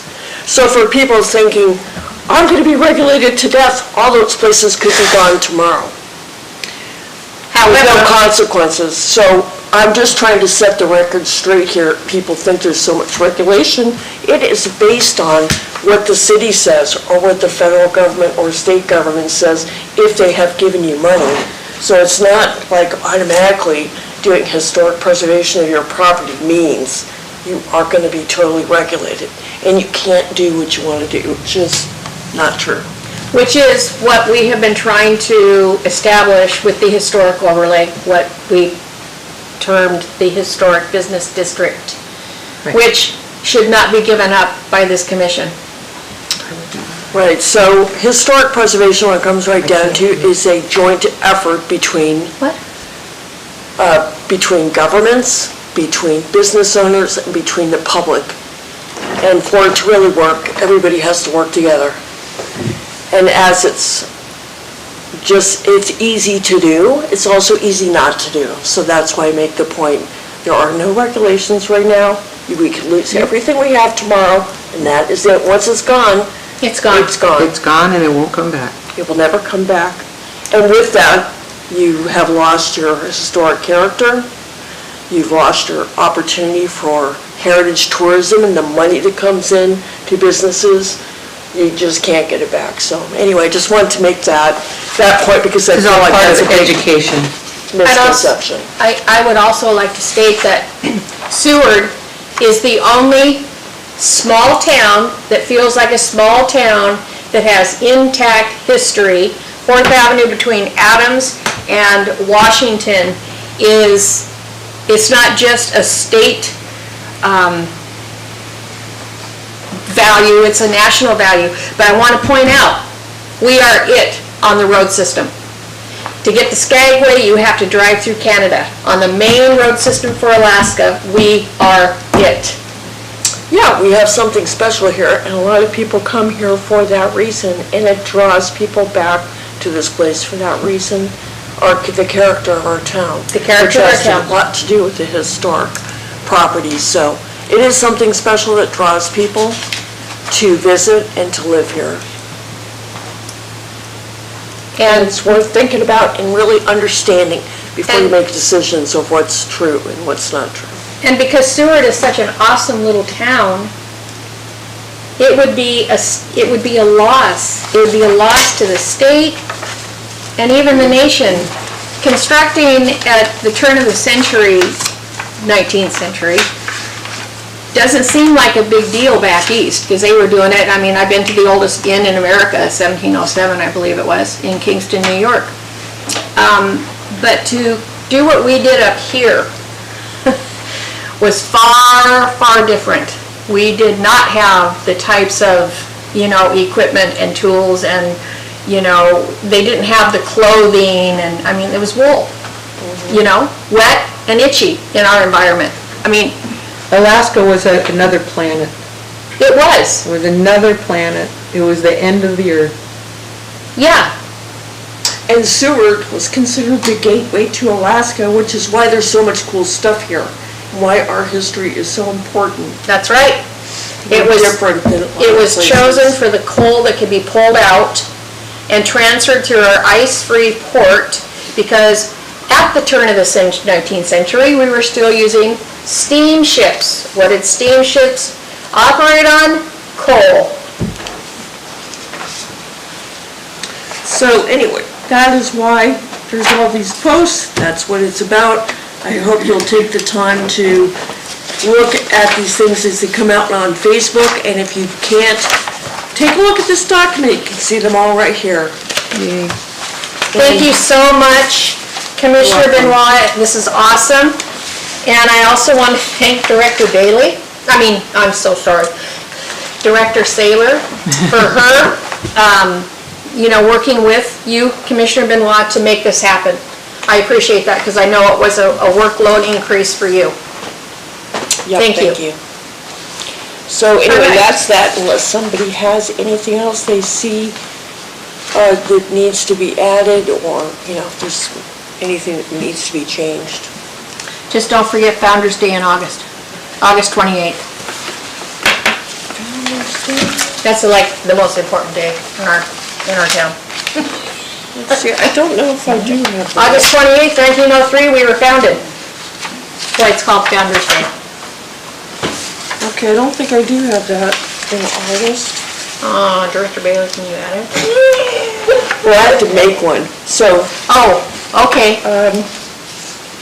so what was it, August 28th? August 28th, 1903, Founder's Day. Okay, I'll make a note to do that. Thank you, Commissioner Benoit. Sure. All right. Anybody have any further comments or questions for Commissioner Benoit? Other than an ADA girl, woman? Thank you. Awesome. Awesome work. Commissioner LeMaster, would you like to give us an update on the USS Alaska project, which is sad? Well, it's, I got an email from Wayno on this, which I sent on to you. Yes. But they had on their, they had an internal disagreement, and from his viewpoint, the project's been canceled. Oh, good Or Lord. canceled outright. I thought it was just not going to be done here. No, it didn't say that. It said, Oh. it said that the project had an internal disagreement and the project's going to be canceled. What a shame. Wow, that's shocking. So, Director Saylor has been advised to remove this as a standing report. Thank you for your work on that, Commissioner LeMaster. It was great while it was alive. Okay, let's see. I'm updating on the Jesse Lee. Okay, Cheryl, where's your brain? Did I put anything in here? See, I attended that meeting. Maybe that's what.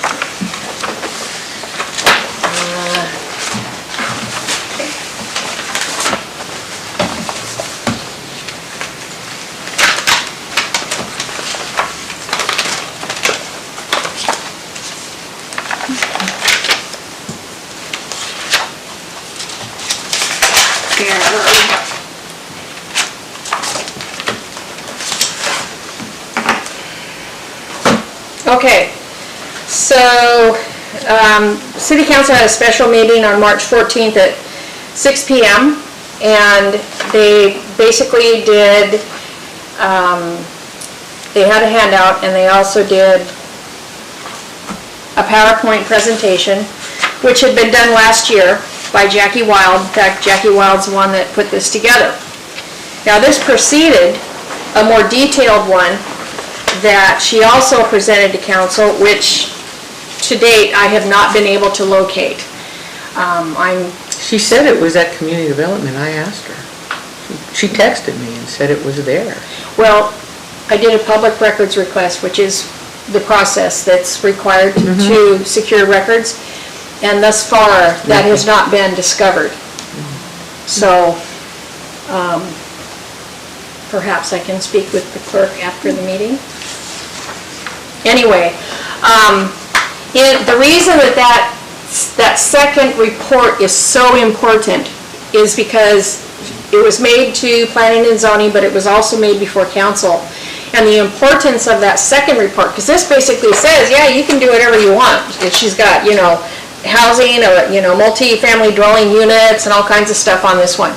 The second one, though, the reason that's so important is because she went to, like, Public Works, and she worked with other departments and found that there are limitations to the utilization of the property. And that is what they need to be looking at, not just this. It's vitally important. We have to fight for it. I mean, I'm sure they're going to leave partial parkland, but that report is key. And I've got to locate it before I'm done, so I can, because council needs to be aware of that. Because there's a lot of members on council that weren't there or don't remember it. And it's pretty important, Madam Clerk. It was presented at P&Z or? It was presented at council. At council? At council, PowerPoint. Okay, then we should have a copy of it. Well, see, I went through legislative history for council and for P&Z, and I couldn't find it. All right. So that's why I'm very interested that, Commissioner Ward's been in contact with Jackie Wild, who says it's at community development, because that was the first place I went. I went to Courtney Bringhurst, and she said that the proper process is public records. So. And Chris tried to help. 2 years ago? Oh, no, not more than 2 years ago, Didn't we have something in one of our packets? It was, was it last summer? See, summer 20, when did Jackie leave? She left the latter part, the late summer, right, of 2021? It was 2021, and I believe it was in the summer. It was in one of our packets. Okay. She had given us, I'll look out and see if I have it. I'll dig for it. I didn't realize you did a record request. I did. Okay. I have a copy of it if you'd like it. No, that's all right. Okay, I'll find it. Thank you. That would be super, super duper awesome. Okay, so now, so that's that. Okay, we've already taken care of, no. Okay, so unfinished business is to approve the February 10th special meeting minutes. And Commissioner Benoit, may I just run that by you, because you were the one that had some concerns and requested some changes. Did you see that, and are you okay with those changes? Yeah, I saw that the original set of minutes, and it looked like there was another set that was revised, and I read through my statement, it looked fine. Okay, super duper. So what we need, because the main motion, it's unfinished business, so the main motion of approving the minutes from the last meeting is on the floor.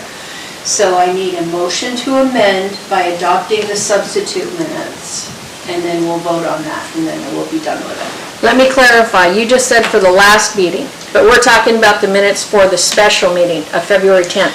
Yeah, okay, so in March, at the meeting in March. Oh, he reviewed the February minutes there, okay, I understand. And then it got suspended because it got postponed. So now all I need is a motion to amend to adopt the substitute minutes that are in the packet, and then we can vote on that and we'll be done. Okay, I'll make a motion to amend to adopt the substitute minutes in the packet. I second. Thank you. Any comment? No. Okay.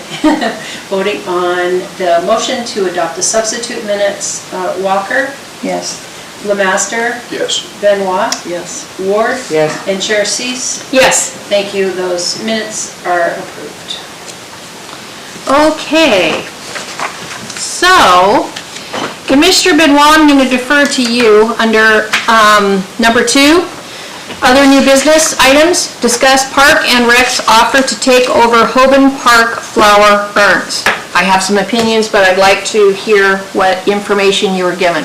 Oh, God, that was a while ago. They called, they were going to put it out to bid. They were gonna put it out to bid to get a contractor to basically, their gardener to do all the city stuff. And they wanted to know whether we could, if, they should just put Hoban Park under that. And, I mean, the biggest issue is water. And basically, I told him after talking to you that, you had some concerns about the plants, the specific plants that would go in those planters, that they could withstand the conditions, but also that you were like hand watering all these things. And I said, I'm trying to remember, I think that it was like, what we left it at as was like, they could take it on and consult, and talk with you about, what you thought would be good plans, and that they probably could, even if you decide you wanted to continue to do the plantings, that they could probably do the watering. That's Now, the biggie. That's the biggie. But since that time, I think they probably have put that out there and probably included it in the contract, but I guess it could be taken off if we changed our mind, didn't want to do that, so. Okay, so I here's... just need to get back to them. Okay, so we're going to discuss this. So, the fact is, the reason that the yellow flowers are used is because they are the only ones that will stand up to the wind and the ocean spray. And then I've made a habit of, because I don't like to see these urns with these just tall green things and then yellows at the top, of planting flowers at the base around that, okay? So I'm sure that if we said this is what we want, they would probably do that. What would be very helpful, as Commissioner Ward commented, is if they would water. But to be truthful, you guys, if it's warm and windy, those things dry out like crazy. I've had weeks where, yep, there's weeks where it's every day, So now here's my real concern with this.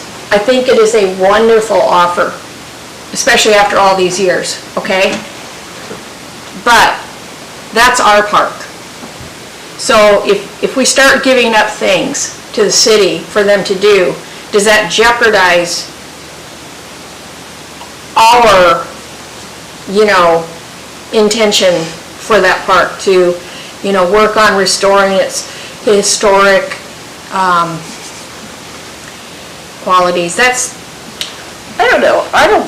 Personally, I don't think it would. I think that my thought is that because it's historic and we've been trying to restore it back as much as possible to the way it used to look, and we've been working on this. So I think that my suggestion would be just to have a conversation with them and tell them what you found and what you'd like to see there, and let them take it on and do the watering and do the planting, but just kind of keep your eye on it, Instead of going and doing everything, maybe keep your eye on it. If you see things are not working, things are drying out, not being taken care of, then let them do it, but have some conversation about it. I don't see any reason why them taking care of the planters is going to affect any kind of other restoration of the Hoban Park. I think it's mostly survival of the flowers. Yeah, it's just, Yeah. If the weather's bad. Well, you know what I'd really like to see them do, is get the fountain fixed. yeah. It stopped working for the majority of the summer. And that would be nice. I mean, I'm out walking all the time, and I've seen lots of places on the city property where they've done plantings, and it's looked gorgeous. So I really feel pretty confident they could do a good job. Now, you just wait a minute. I haven't been everywhere, so maybe. A lot of the places you're talking about, there are private clubs that take care of those. Okay, So, maybe I'm just assuming all that's city. yeah, the city doesn't do a lot of that. Well, They mow. They had an And they pick ad up for a gardener. sticks. They had an ad for a gardener. Oh, well, maybe they're going to expand their, I don't know that the groups that have been doing this for years are just gonna give up. Anyway, that was just my comment. Well, you've got the most experience with that. Hovind Park. so it sounds like if you really wanted to continue doing that, we could just call them and say, yeah, take it off the contract and you'll keep doing it, or give them a chance and then See what talk to them and see how it goes. Who has to fix the water thing now? Public Works, apparently there's an electrical issue, and they weren't able to research out the parts they needed and then where to get the parts. You know, I don't know where they were at by the end of the season. We didn't get a report, but that would be my number one request of the city, get the fountain working.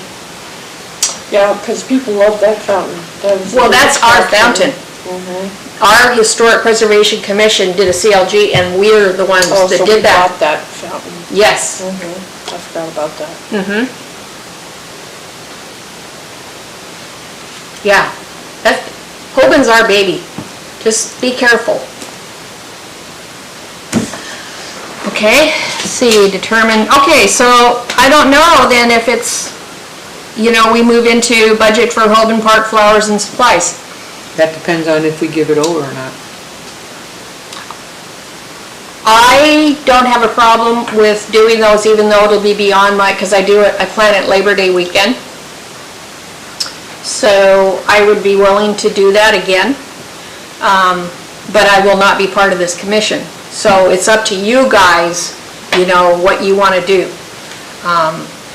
And don't freak out, because as Director Saylor knows, I've been moving things into a little jump drive so that whomever, she's going to have it, and then whomever, you know, takes over will have, you know, things that they need as chair. I had nothing. So, anyway, just, so do we move into our budget now? Well, I think we No. still need to decide what to do about that so we can let them know. Okay, all right.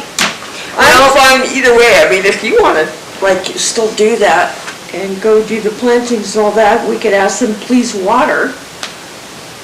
And, you know, Let's see how it goes. we'll see how it goes, or if you want to give it up and let them do it. I mean, the main thing to me is that it gets taken care of and it looks good, whoever does it.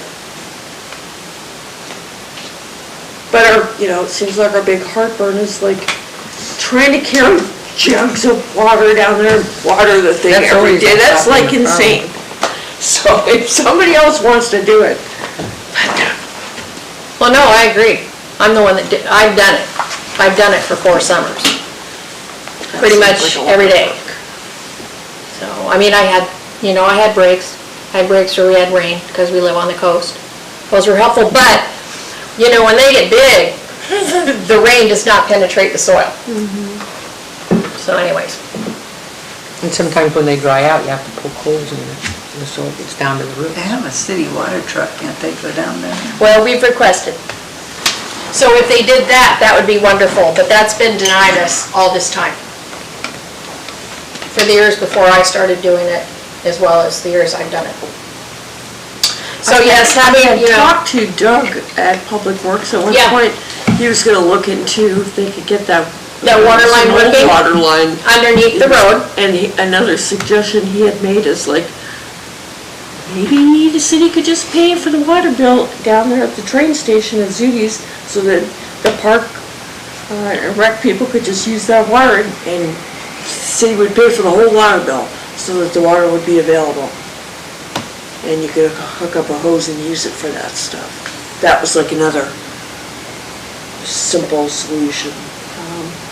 So that would be something, like, next time I see him, I could ask him about that again. But I guess the question is, if Parks and Rec is gonna take this over and do it, then we don't need to be worrying about that. That would be something they would do, or their contractor would take care of, so.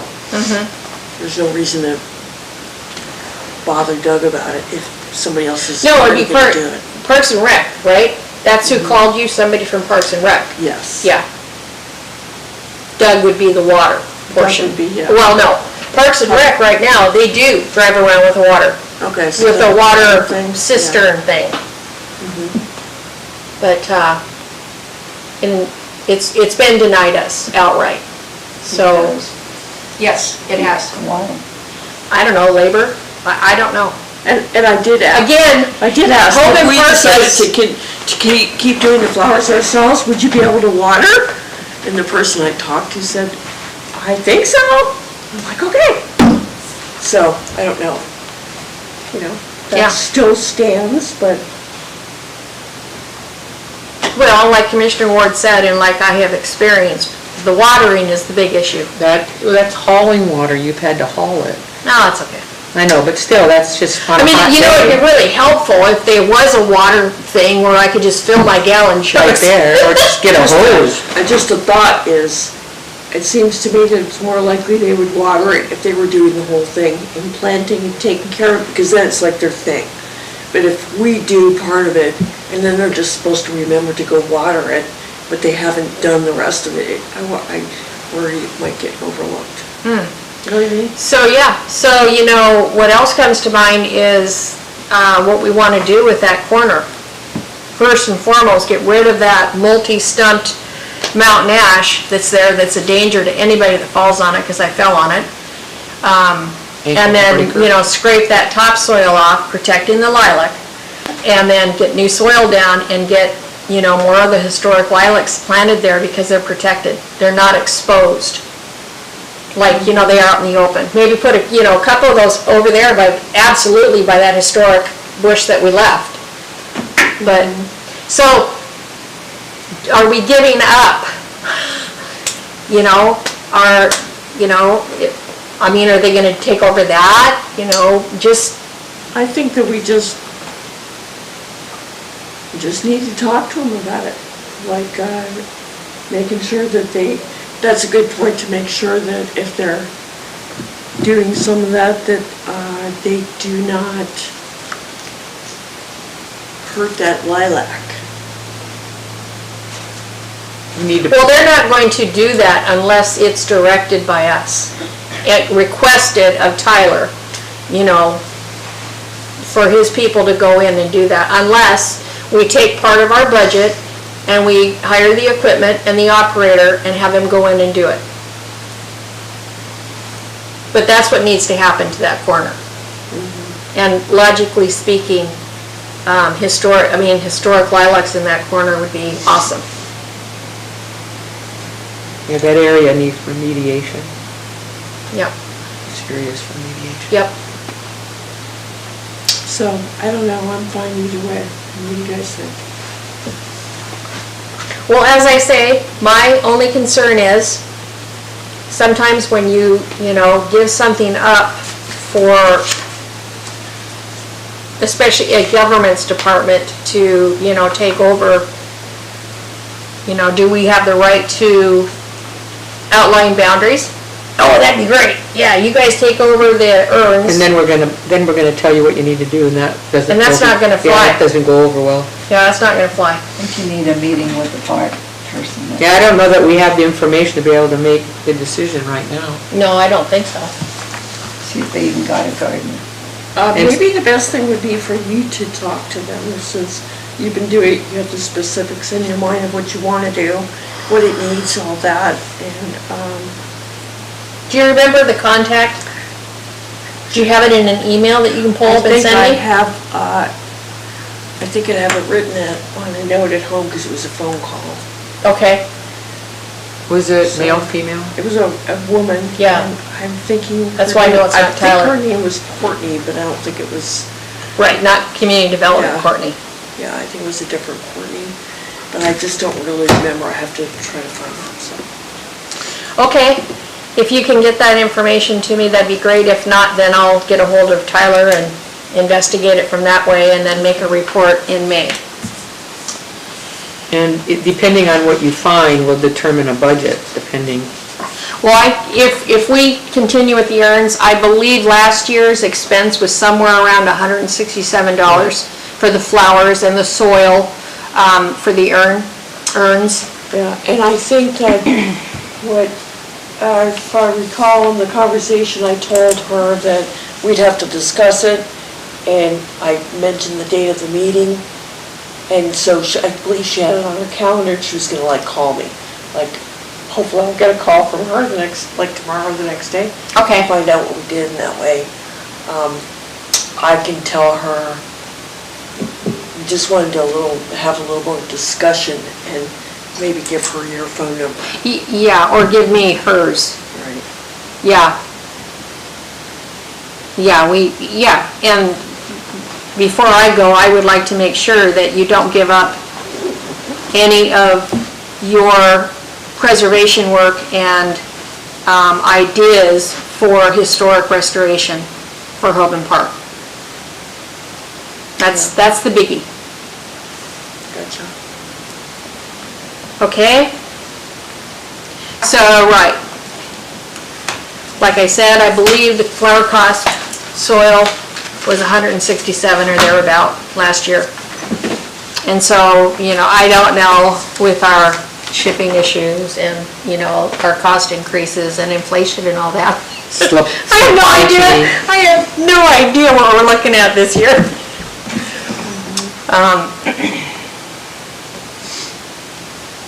So, we will bypass the budget for Hoban Park. However, I don't want us to miss the opportunity because it doesn't look like we have a standalone, let's go over the budget. So from number 3, let's take a look at page 41. And that's where our budget is listed, provided by staff, thank you. One of the things that's going to happen next week is you are, this could be a problem. We received a training opportunity, and they extended the deadline through tonight. Well, all that'll mean is that it'll be increased, the price will increase. But anyway, it's a great training opportunity. You'll have the information next week. There's not a lot for, Is it this training? it's out of state. It's what? Is it this training? No. So that's cost-free and provided by the state. DCRA train, yeah, yes, the state is doing that. Yeah, and it's zero cost to us. Yeah. Commissioner Benoit? Well, I remember you told us before, SHPO had Yes, passed on training opportunity. Yes. You mentioned that in another meeting, which was out of state someplace. yes, yeah. So this is different? No, it is that. Oh. But it's the paperwork, and we were gonna go over it tonight, and you'd have the paperwork and everything, but it didn't get included. I know for myself, it's like, because it was out of state, I just could not do that. So. Right, because you run a B&B. Yeah, but that doesn't mean that other commissioners couldn't. Right. It'd be great if 1 or 2 could go. I would love to go, but because I'm not gonna be on the commission, there's, I don't get to go. Wolf Kurtz went to one of these, and one of the values that he found was the networking and the different ideas through the visiting with other, historic preservation folks, as well as the value of the training. Lots of workshops. So, for whatever that's worth. And so, out of our budget would be the cost of the training and then the travel that's associated with it. And operating supplies would be our flowers, Madam Clerk, and Yeah, so any supplies that you do for Hoban will come out of operating. Any education and training is like conference registrations, training, whatever, training costs, and then travel and subsistence. Those are your three categories that you have funding. And we can, maybe like, if you went $100 over on one, it'll wash out, across the board, so. all right. Yeah, so I think, I don't remember the cost, but I think this training's kind of expensive. And travel's probably gonna be more expensive, yeah. Do you know when it is? It's in June. So, yeah, tomorrow is the deadline. That means you probably you won't get the discount. Right. You can still register, but. I'm gonna go home and look at that, and I don't know if it's like within Robert's rules or code that you're allowed to send that to each of us so that individually they could take a look and decide if that's something they want to do. I know that they can't make the decision, and you can't provide the money, we have to vote. We can share that. We can share that information because I can make it available to the public as well. If it's that time sensitive, we should take a look at it and see. Okay. And then just get back individually, commissioners individually, not as a group, could sort of weigh in whether they have availability and interest in going, and then we could take it from there.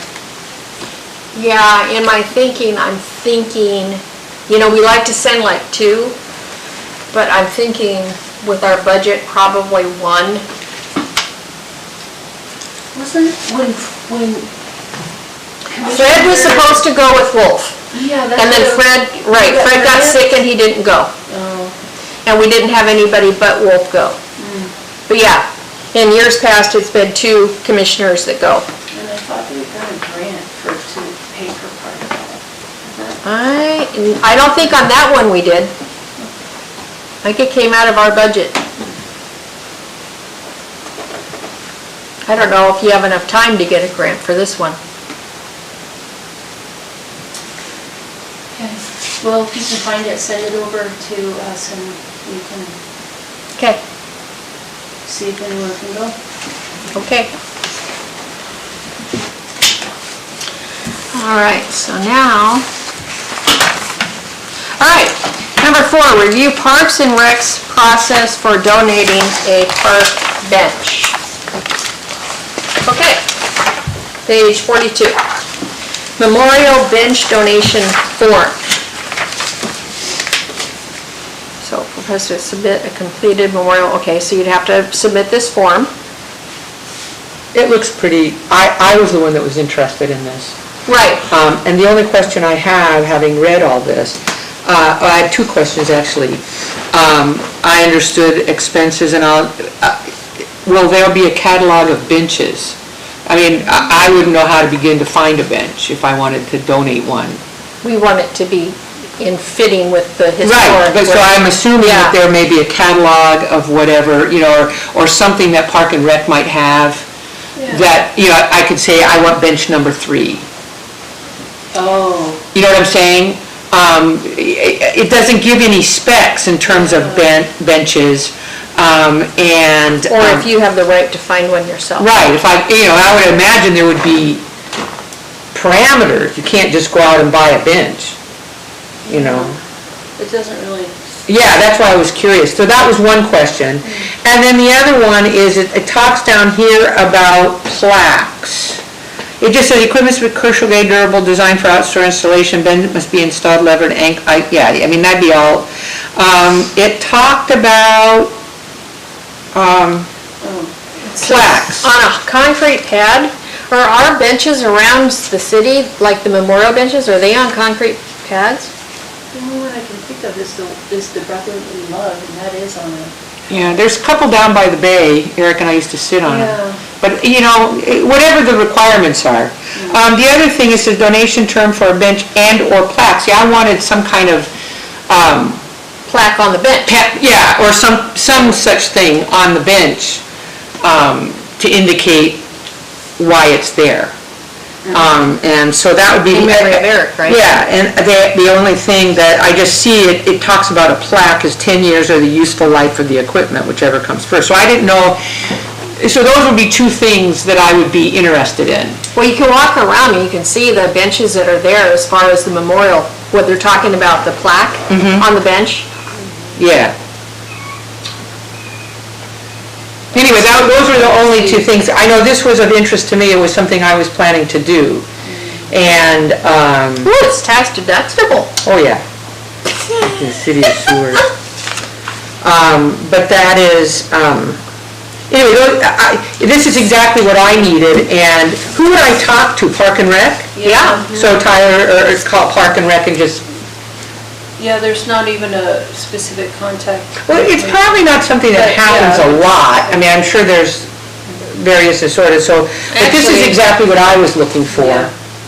Actually, there's gotta be precedent, because they're all over. They're all over. I mean, Yeah. I've sat on them. Yeah. And there's the one out here at the end of Jeff, if you go down Adams, somebody always leaves, on the, it's got a young woman's name on it, and somebody always leaves on her birthday, they leave flowers. Oh. Eric and I have seen that. Yeah, So when we used to walk the dog down Yeah. there. So I just looked it up on the website and this, on the city website, and this page is the only thing, so you really need, I don't know what the cost is. there's gotta be a Well, I precedent, imagine because that, it's been going on for years. yeah, you know, I've always sort of figured that I would be responsible for the cost of the bench and for installation. I mean, that's all pretty common.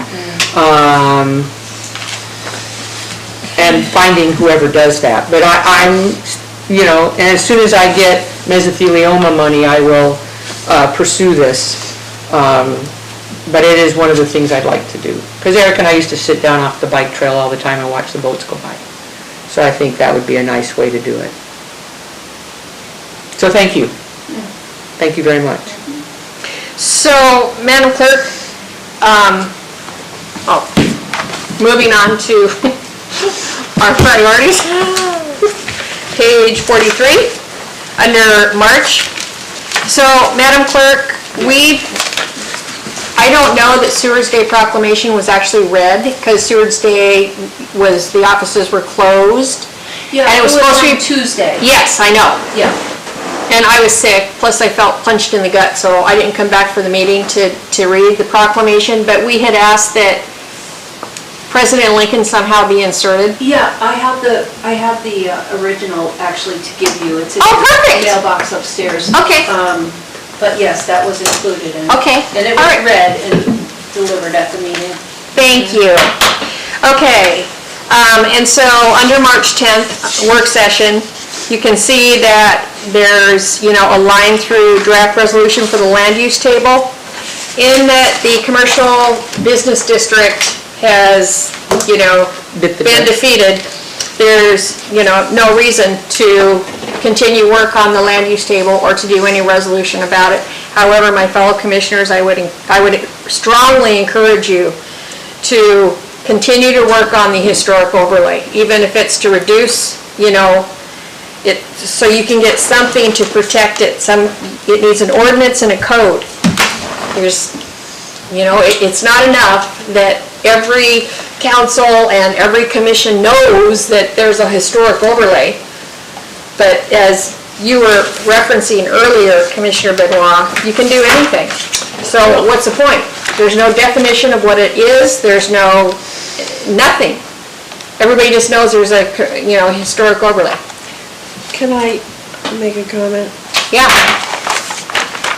I guess I'm not really sure why there's a cross-out of draft resolution for the land use table, because our powers and duties as assigned to us. You weren't ready, we didn't take it up that night. You didn't do it that night. That's the only reason why there's a line through it. It's only because you weren't ready to draft the resolution Okay, that so it's night. not like they said no. No, it doesn't. It's just That was- reflecting what we actually did. That was before that joint meeting, so yes, it is only saying that you Okay. didn't take it up that night. Okay, and, okay, since I was there on Monday night with Director Saylor, they are not going to approve the resolution for the historic business district. Therefore, you're not going to have a historic business district land use column on the land use table. So I would recommend that you put no more energy into that, Okay, but I that see you what you revert mean. back to, since they like historic overlay, they like historic overlay district, and just work on getting an ordinance and getting it protected, getting it defined. There's not even a definition. Everybody just knows there's this historic overlay, and they actually, Madam Clerk, on Monday night, they actually said that our historic business district boundaries expanded the historic overlay. And I brought this to Clerk Ballou earlier, and I made a copy of what we were provided, and we did not expand the historic overlay. I know, I thought we had a meeting and we discussed, we Yes. were not gonna change anything. That's right. That's right. So again, that goes to the lack of their understanding and knowledge about all things historic. So, let me just clarify in my mind, in our guidelines and best practices, we currently have this thing that was talking about putting kind of like this land use table that's gonna connect all that. So even if the city council is like, no, we do not want to change the name of that boundary, which is the same exact thing as it was before, is there any reason why we shouldn't have the columns in the land use table and call it the historic overlay or whatever? Yes, there is a reason. And the question, or reason I'm asking is because it says right here, our duties. I know. To act in advisory role to other officials and departments of local government regarding identification and protection of local historic and archaeological resources. To me, it seems like that's a place where like, here's our guidelines in these particular areas. This is what we're recommending to you that happens for people who want to do something here. We're giving you all the information so you know this is what we recommend. They don't have to do it, and the city council doesn't have to do anything, but that we're following what we're supposed to be doing is acting in an advisory role. We're giving some advice of what we think should happen. I know that. So, But why are we you were there deciding we're not going at to a do that? joint work session with council for the 2022 priorities resolution. You heard repeatedly, they don't want to add layers. So your land use table is not going to fly. It's not going to fly with planning and zoning, and it's not going to fly with council. You can go ahead and draft a resolution and use that exact code language in it, but I still think it's going to be denied. I think you need to go back to working on trying to define, a historic overlay with an ordinance that they will accept and approve. The flyer, they consider us, that's an advisory thing, okay? And then let's see, what did we rename our guidelines of historic preservation? Anyway, that, I have it on good authority that they're going to be very happy with that, and they're going to be very supportive of that. But I doubt very much that they're going to go for historic preservation having a column on the land use table, and absolutely will not go with conditional permit, because that absolutely adds another layer to the permitting process, and that's what they're opposed to. So that's just me telling you this. I was there on Monday night, Director Saylor was there Monday night, and if you want to continue with the energy and effort, go for it. I personally would not. Okay, well, just clarifying, because the last meeting I was at, there was a discussion about the extra layers, blah, blah, but then we got this, which says something totally different. So I was thinking, okay, maybe now that this is in writing and this is showing exactly what the CLG regulations are, maybe they would be open to it, because it says that's the kind of thing we're supposed to do.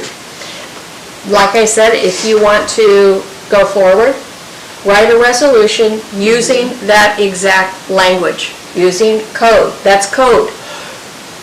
So, that's the best I can give you, but I'm just gonna say, based on what we heard on Monday night, unless they're so enthralled and educated by our presentation of the value of Seward's historic preservation that they just get all enthusiastic about it. My comment would be, don't hold your breath. Yeah, okay. In other words, don't waste your time Yeah. on this. Okay, just wanted to make sure. Because I was not at that meeting, but I was at the first one, so I thought Right. maybe there was some hope. Yeah, well, I was there for this resolution, and, it was only the discussion, but the discussion put an end to the resolution. It's not even gonna go before them, it's done.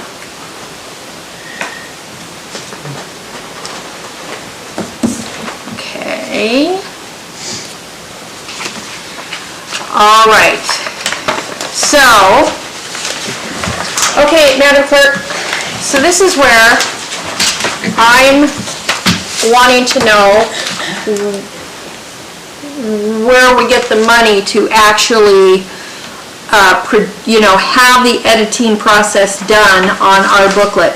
Is that something we need to find a grant for on our own, or is this something that the city would pay for? Both of those could be possibilities, separately or combined, so that's both possible, but we won't know until we go through the procurement process and know how much money we're looking at, and then we would draft a resolution to take to council and ask for an appropriation of those funds based on that contract. So it's however that dollar amount comes out, as long as the vendor that you select is going to satisfy the project as you define it, then we'll just ask for appropriation of the funds. And then if there happens to be grant money available, we can pursue that as well, to offset it or to cover it entirely. And is this something that this city council agenda statement will then have to be done, which goes into effect in May? So what this is basically money we want and where it's going and blah, blah, blah, blah, blah. The clerk and Director Saylor will educate you further on this, because I guess it goes into effect next month. This way. Fort McGilvery, did I talk about that in my chair report? I'll wait till comments. Please don't let me forget. Okay. All right. Okay. The state of Alaska's, that's in here somewhere. Maybe we passed it. The Benny Benson record that he was 13 when he drafted his Alaska state flag. He was actually 14. So, wherever it is recorded within the city, that needs to be changed. No, cannot be done? That's not going to happen. Oh, why? All those records are as they are. What we can record is from this point forward and recognize that his date was. But I can't go back and change any documentation. I can imagine the amount of records that talk about Benny Benson. They're all original. So, so the Benny Way back Benson to that. Memorial, I haven't actually gone in and read that, but let's say that it actually says what his, age was when he did this, age 13. Would that be something that this commission would pick up and maybe pursue a grant on and have that replaced so that it's corrected? I don't know. I mean, the state thought this was a big enough deal that they sent it out. Right, but I don't know if it's, I mean, it doesn't seem like a big deal, but, no, it is. It is. It's an interesting correction, but does it rise to the level of spending money to redo? You kind of do going forward. Yeah. the correction happens, So but as replacement, if they have to replace the plaque, they can fix it and update it, maybe. I'm just saying, as our commission would take that on as, if they chose to, if they wanted it to be accurate. Yeah. Or, for sure, when the Jesse Lee, when the Jesse Lee Memorial Yeah. part gets done, and you have your input along with mine, as a citizen, Yeah, that it would, can be stated then. yes, sure.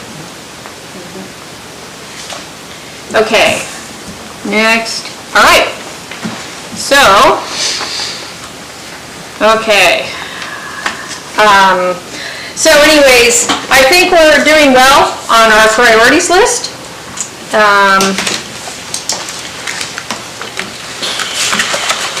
We've discussed our Historic Preservation Month.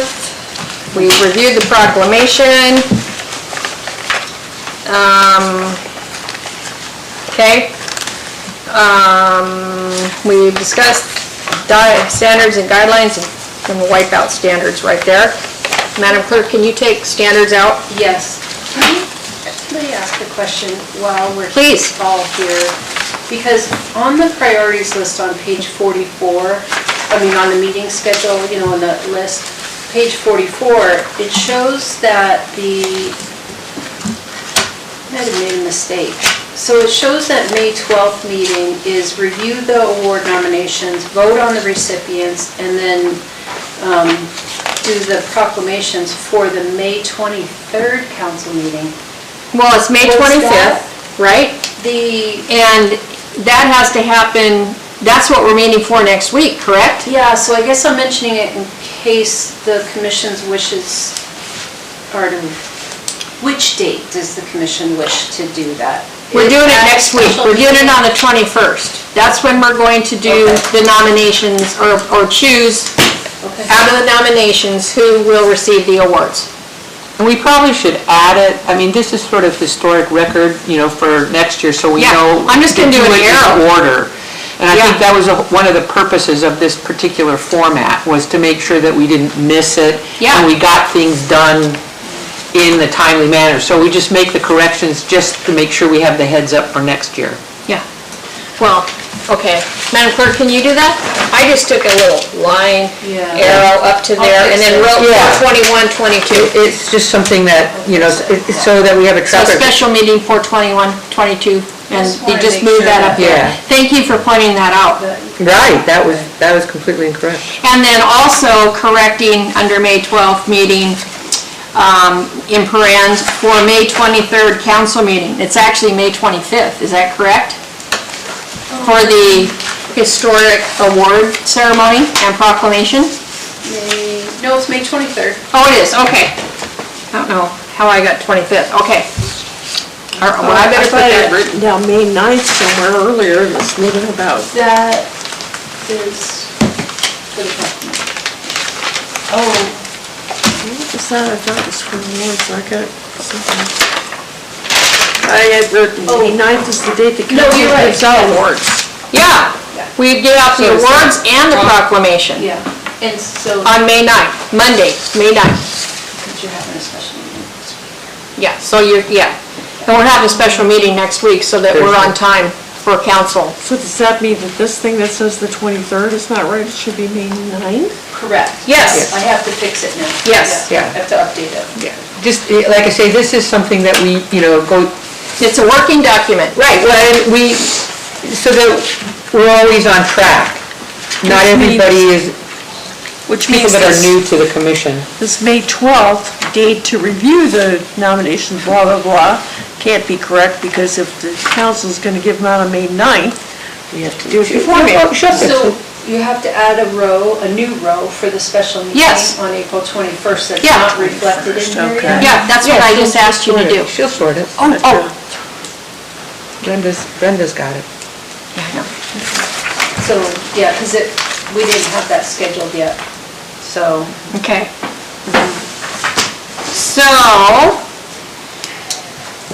So, discuss potential certified local government grant. What were we talking about doing that maybe we needed a grant for. The booklet. So you may want to take that on, that would be a good idea for that.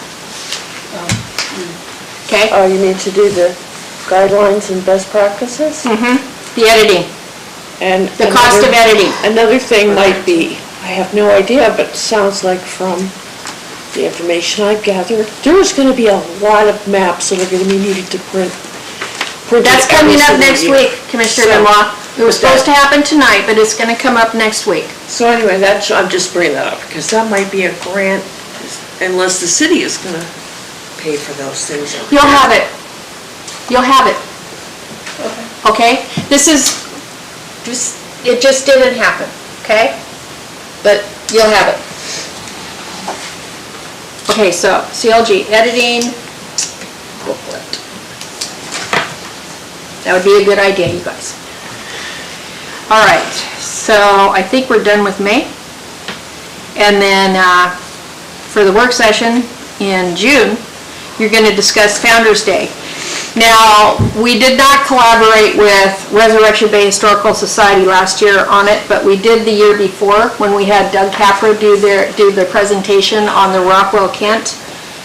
And Advanced Historic Overlay to P&Z. That might be moved further into the year. I don't know. That's up to you Like guys. never. I've already tried twice. I know you have. You were who I was referring to. Yeah. You and John French on the second one. Good John. But anyway, regardless of whether you collaborate with, RBHS or not, it's Founder's Day. This is the Historic Preservation Commission that represents the city. So it is our job to do something for Founder's Day. Okay. All right. And we don't have any topics in here for the June 9th meeting, so, maybe we'll figure that out next month.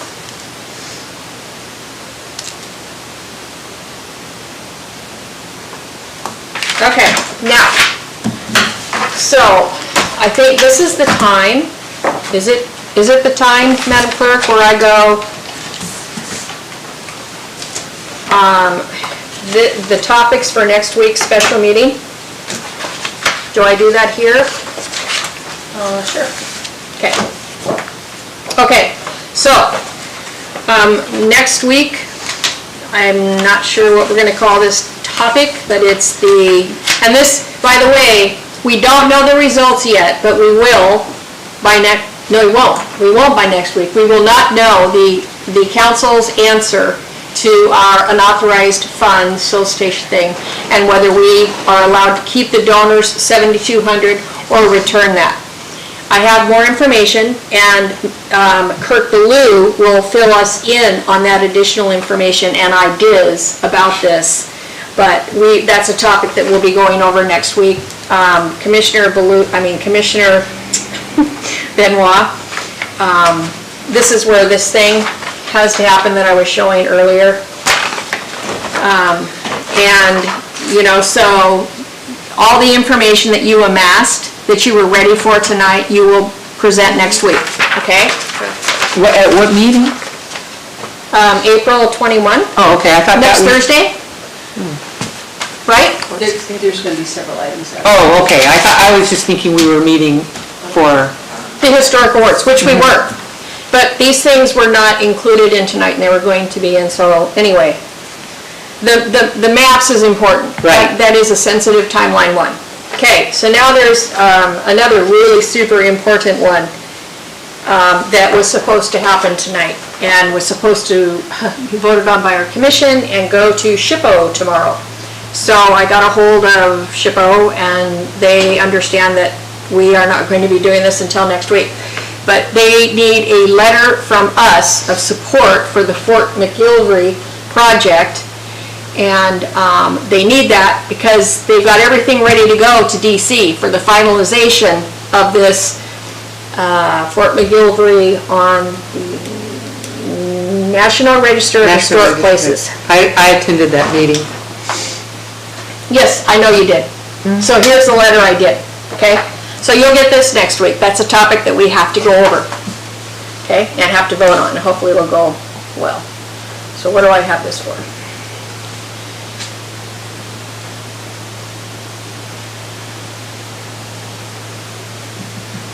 I have no idea what I have that for. Do I have anything? I thought I had more stuff. Okay, let me see. Let me read the front here. Nope, we already called for the meeting. Okay, the sewer and historic plant and tree register. And then I would like to know if it's okay if I make suggestions about who might possibly take over as chair, because my vice chair is unable to actually take over as being chair. And I know that that voting would occur in June, correct? Correct. Okay, after, whomever is voted in. And Commissioner Benoit cannot do it because she is now president for our local Rotary. Well, not yet, but I will. But she will be in summer. So anyway, she cannot do it because she's too busy. So I have some ideas. And I already, Anyway, so the sewer and historic plant and tree register. Also for next week, please. Okay, what do you want, just like a list, or what is that? Well, I have a handout, which I can just show you after the meeting. Okay? Okay. So it's something that is our responsibility that we have not attended to for the last couple of years, that needs to be brought back in, because it's part of what we are supposed to do. Not Parks and Rec? Nope. In the past, it was Carol Griswold. Historic Okay. plants and trees, that's right. That's That's always, right. from what I understand. I'm kind She of has a lot of it in her head. No, but that was always kind of been our responsibility. Right, but. It is our responsibility. Carol Griswold was doing that, and she's an actual botanist. We know that. We know We that. should see if we could get somebody who is a botanist or somebody who knows their plants and trees to take that on. Well, I don't know, maybe you do, Donna, but I'm just. she's a local, she's been around for a long time. Her grandmother, one of her grandmother's rose bushes is a historic plant. So it's just a matter of getting it back onto and in part of your working responsibility. It needs to be on the list. Yes. It's just something that we've neglected because we did other things. Well, yeah, we were pretty consumed with our historic walking tour. We could CLT. probably get some help, like, I have a forester friend who might be convinced to come over here and go around town and help identify historic Update the trees. list. Well, that's good, but he's not gonna be able to identify historic bushes, like rose bushes and lilacs. He might. Well, I would go with the people that actually have been around and know, and I know you're not alone, but you are, Doreen has said everything that you know, so. Okay, so I'm straying off. Okay, so preservation, meeting, work schedule. So it's the same, unless you guys want to change it. It's the second Thursday, work session, 6 PM, not going past 7:30, and regular meeting, not going past 9. And we've got about 2 minutes. Sounds good. Everybody okay with that? Okay. Madam Clerk, do we have any citizen comments? No, ma'am. Oh, Do we?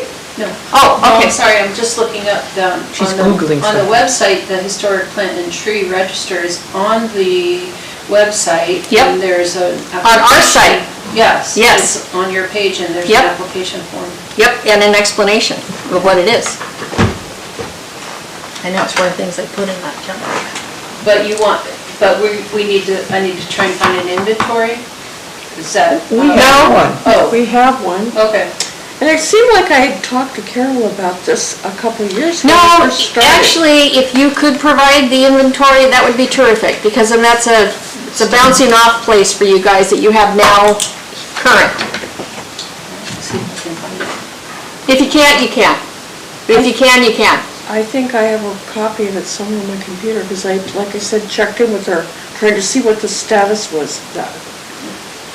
Because, Well, I think we actually added some under Linda Lesota. So it, you know, we moved beyond Carol. Carol and Linda Lesota actually partnered. But see, they too got burned out and tired of. Anyway, okay. Commission and administration comments. Next meeting, I will have my curator in. Not the April one, but the May one. I'll have my curator in. And then that is... In place of you? Yes. Oh, good. Yes. It's a good reason, right? No. No. Well, I guess it is training, but being Juno, but, Okay. Oh, cool. so, anyways, I will... Say hi to the goat. Yeah, so, yeah, that's it from... Okay, so May. No sailor. Only Elena. And Elena's great, isn't, I mean, not that you're not. Oh, she? She had some great suggestions for us when she attended. Okay, commissioners, comments? I just want to say that I'm really sad that you feel the way that you do, and you're going to be leaving, because I think you've done an excellent job. And the only reason why I'm here is because of you. I know. I'm sorry, I just, Cheryl, you have nothing I'm to be... tired and I'm burned Yeah, I out. know you And are. that's quite all right. That's a perfectly reasonable Yeah, explanation. I understand. The last couple meetings, I thought you took abuse. Well, I really want to thank Commissioner Benoit, who emailed me, called me, and then she came to see me and spent hours trying to convince me and encourage me not to, but in the end, It's time. In the end, I could not do anything about it. it's been a privilege to serve. Incredible team and an awesome director that we get to work with now. Thank you. Huge, huge improvement. And I guess since I'm already all teary and making my comments, I want to thank you for helping me grow into being the chair I became. And I want to thank you, Madam Clerk, for your ongoing help when I would call in to understand stuff. And helping me to also become the chair I am. Thank you very much. Can we adjourn? Yeah. This meeting is now adjourned at 9:02.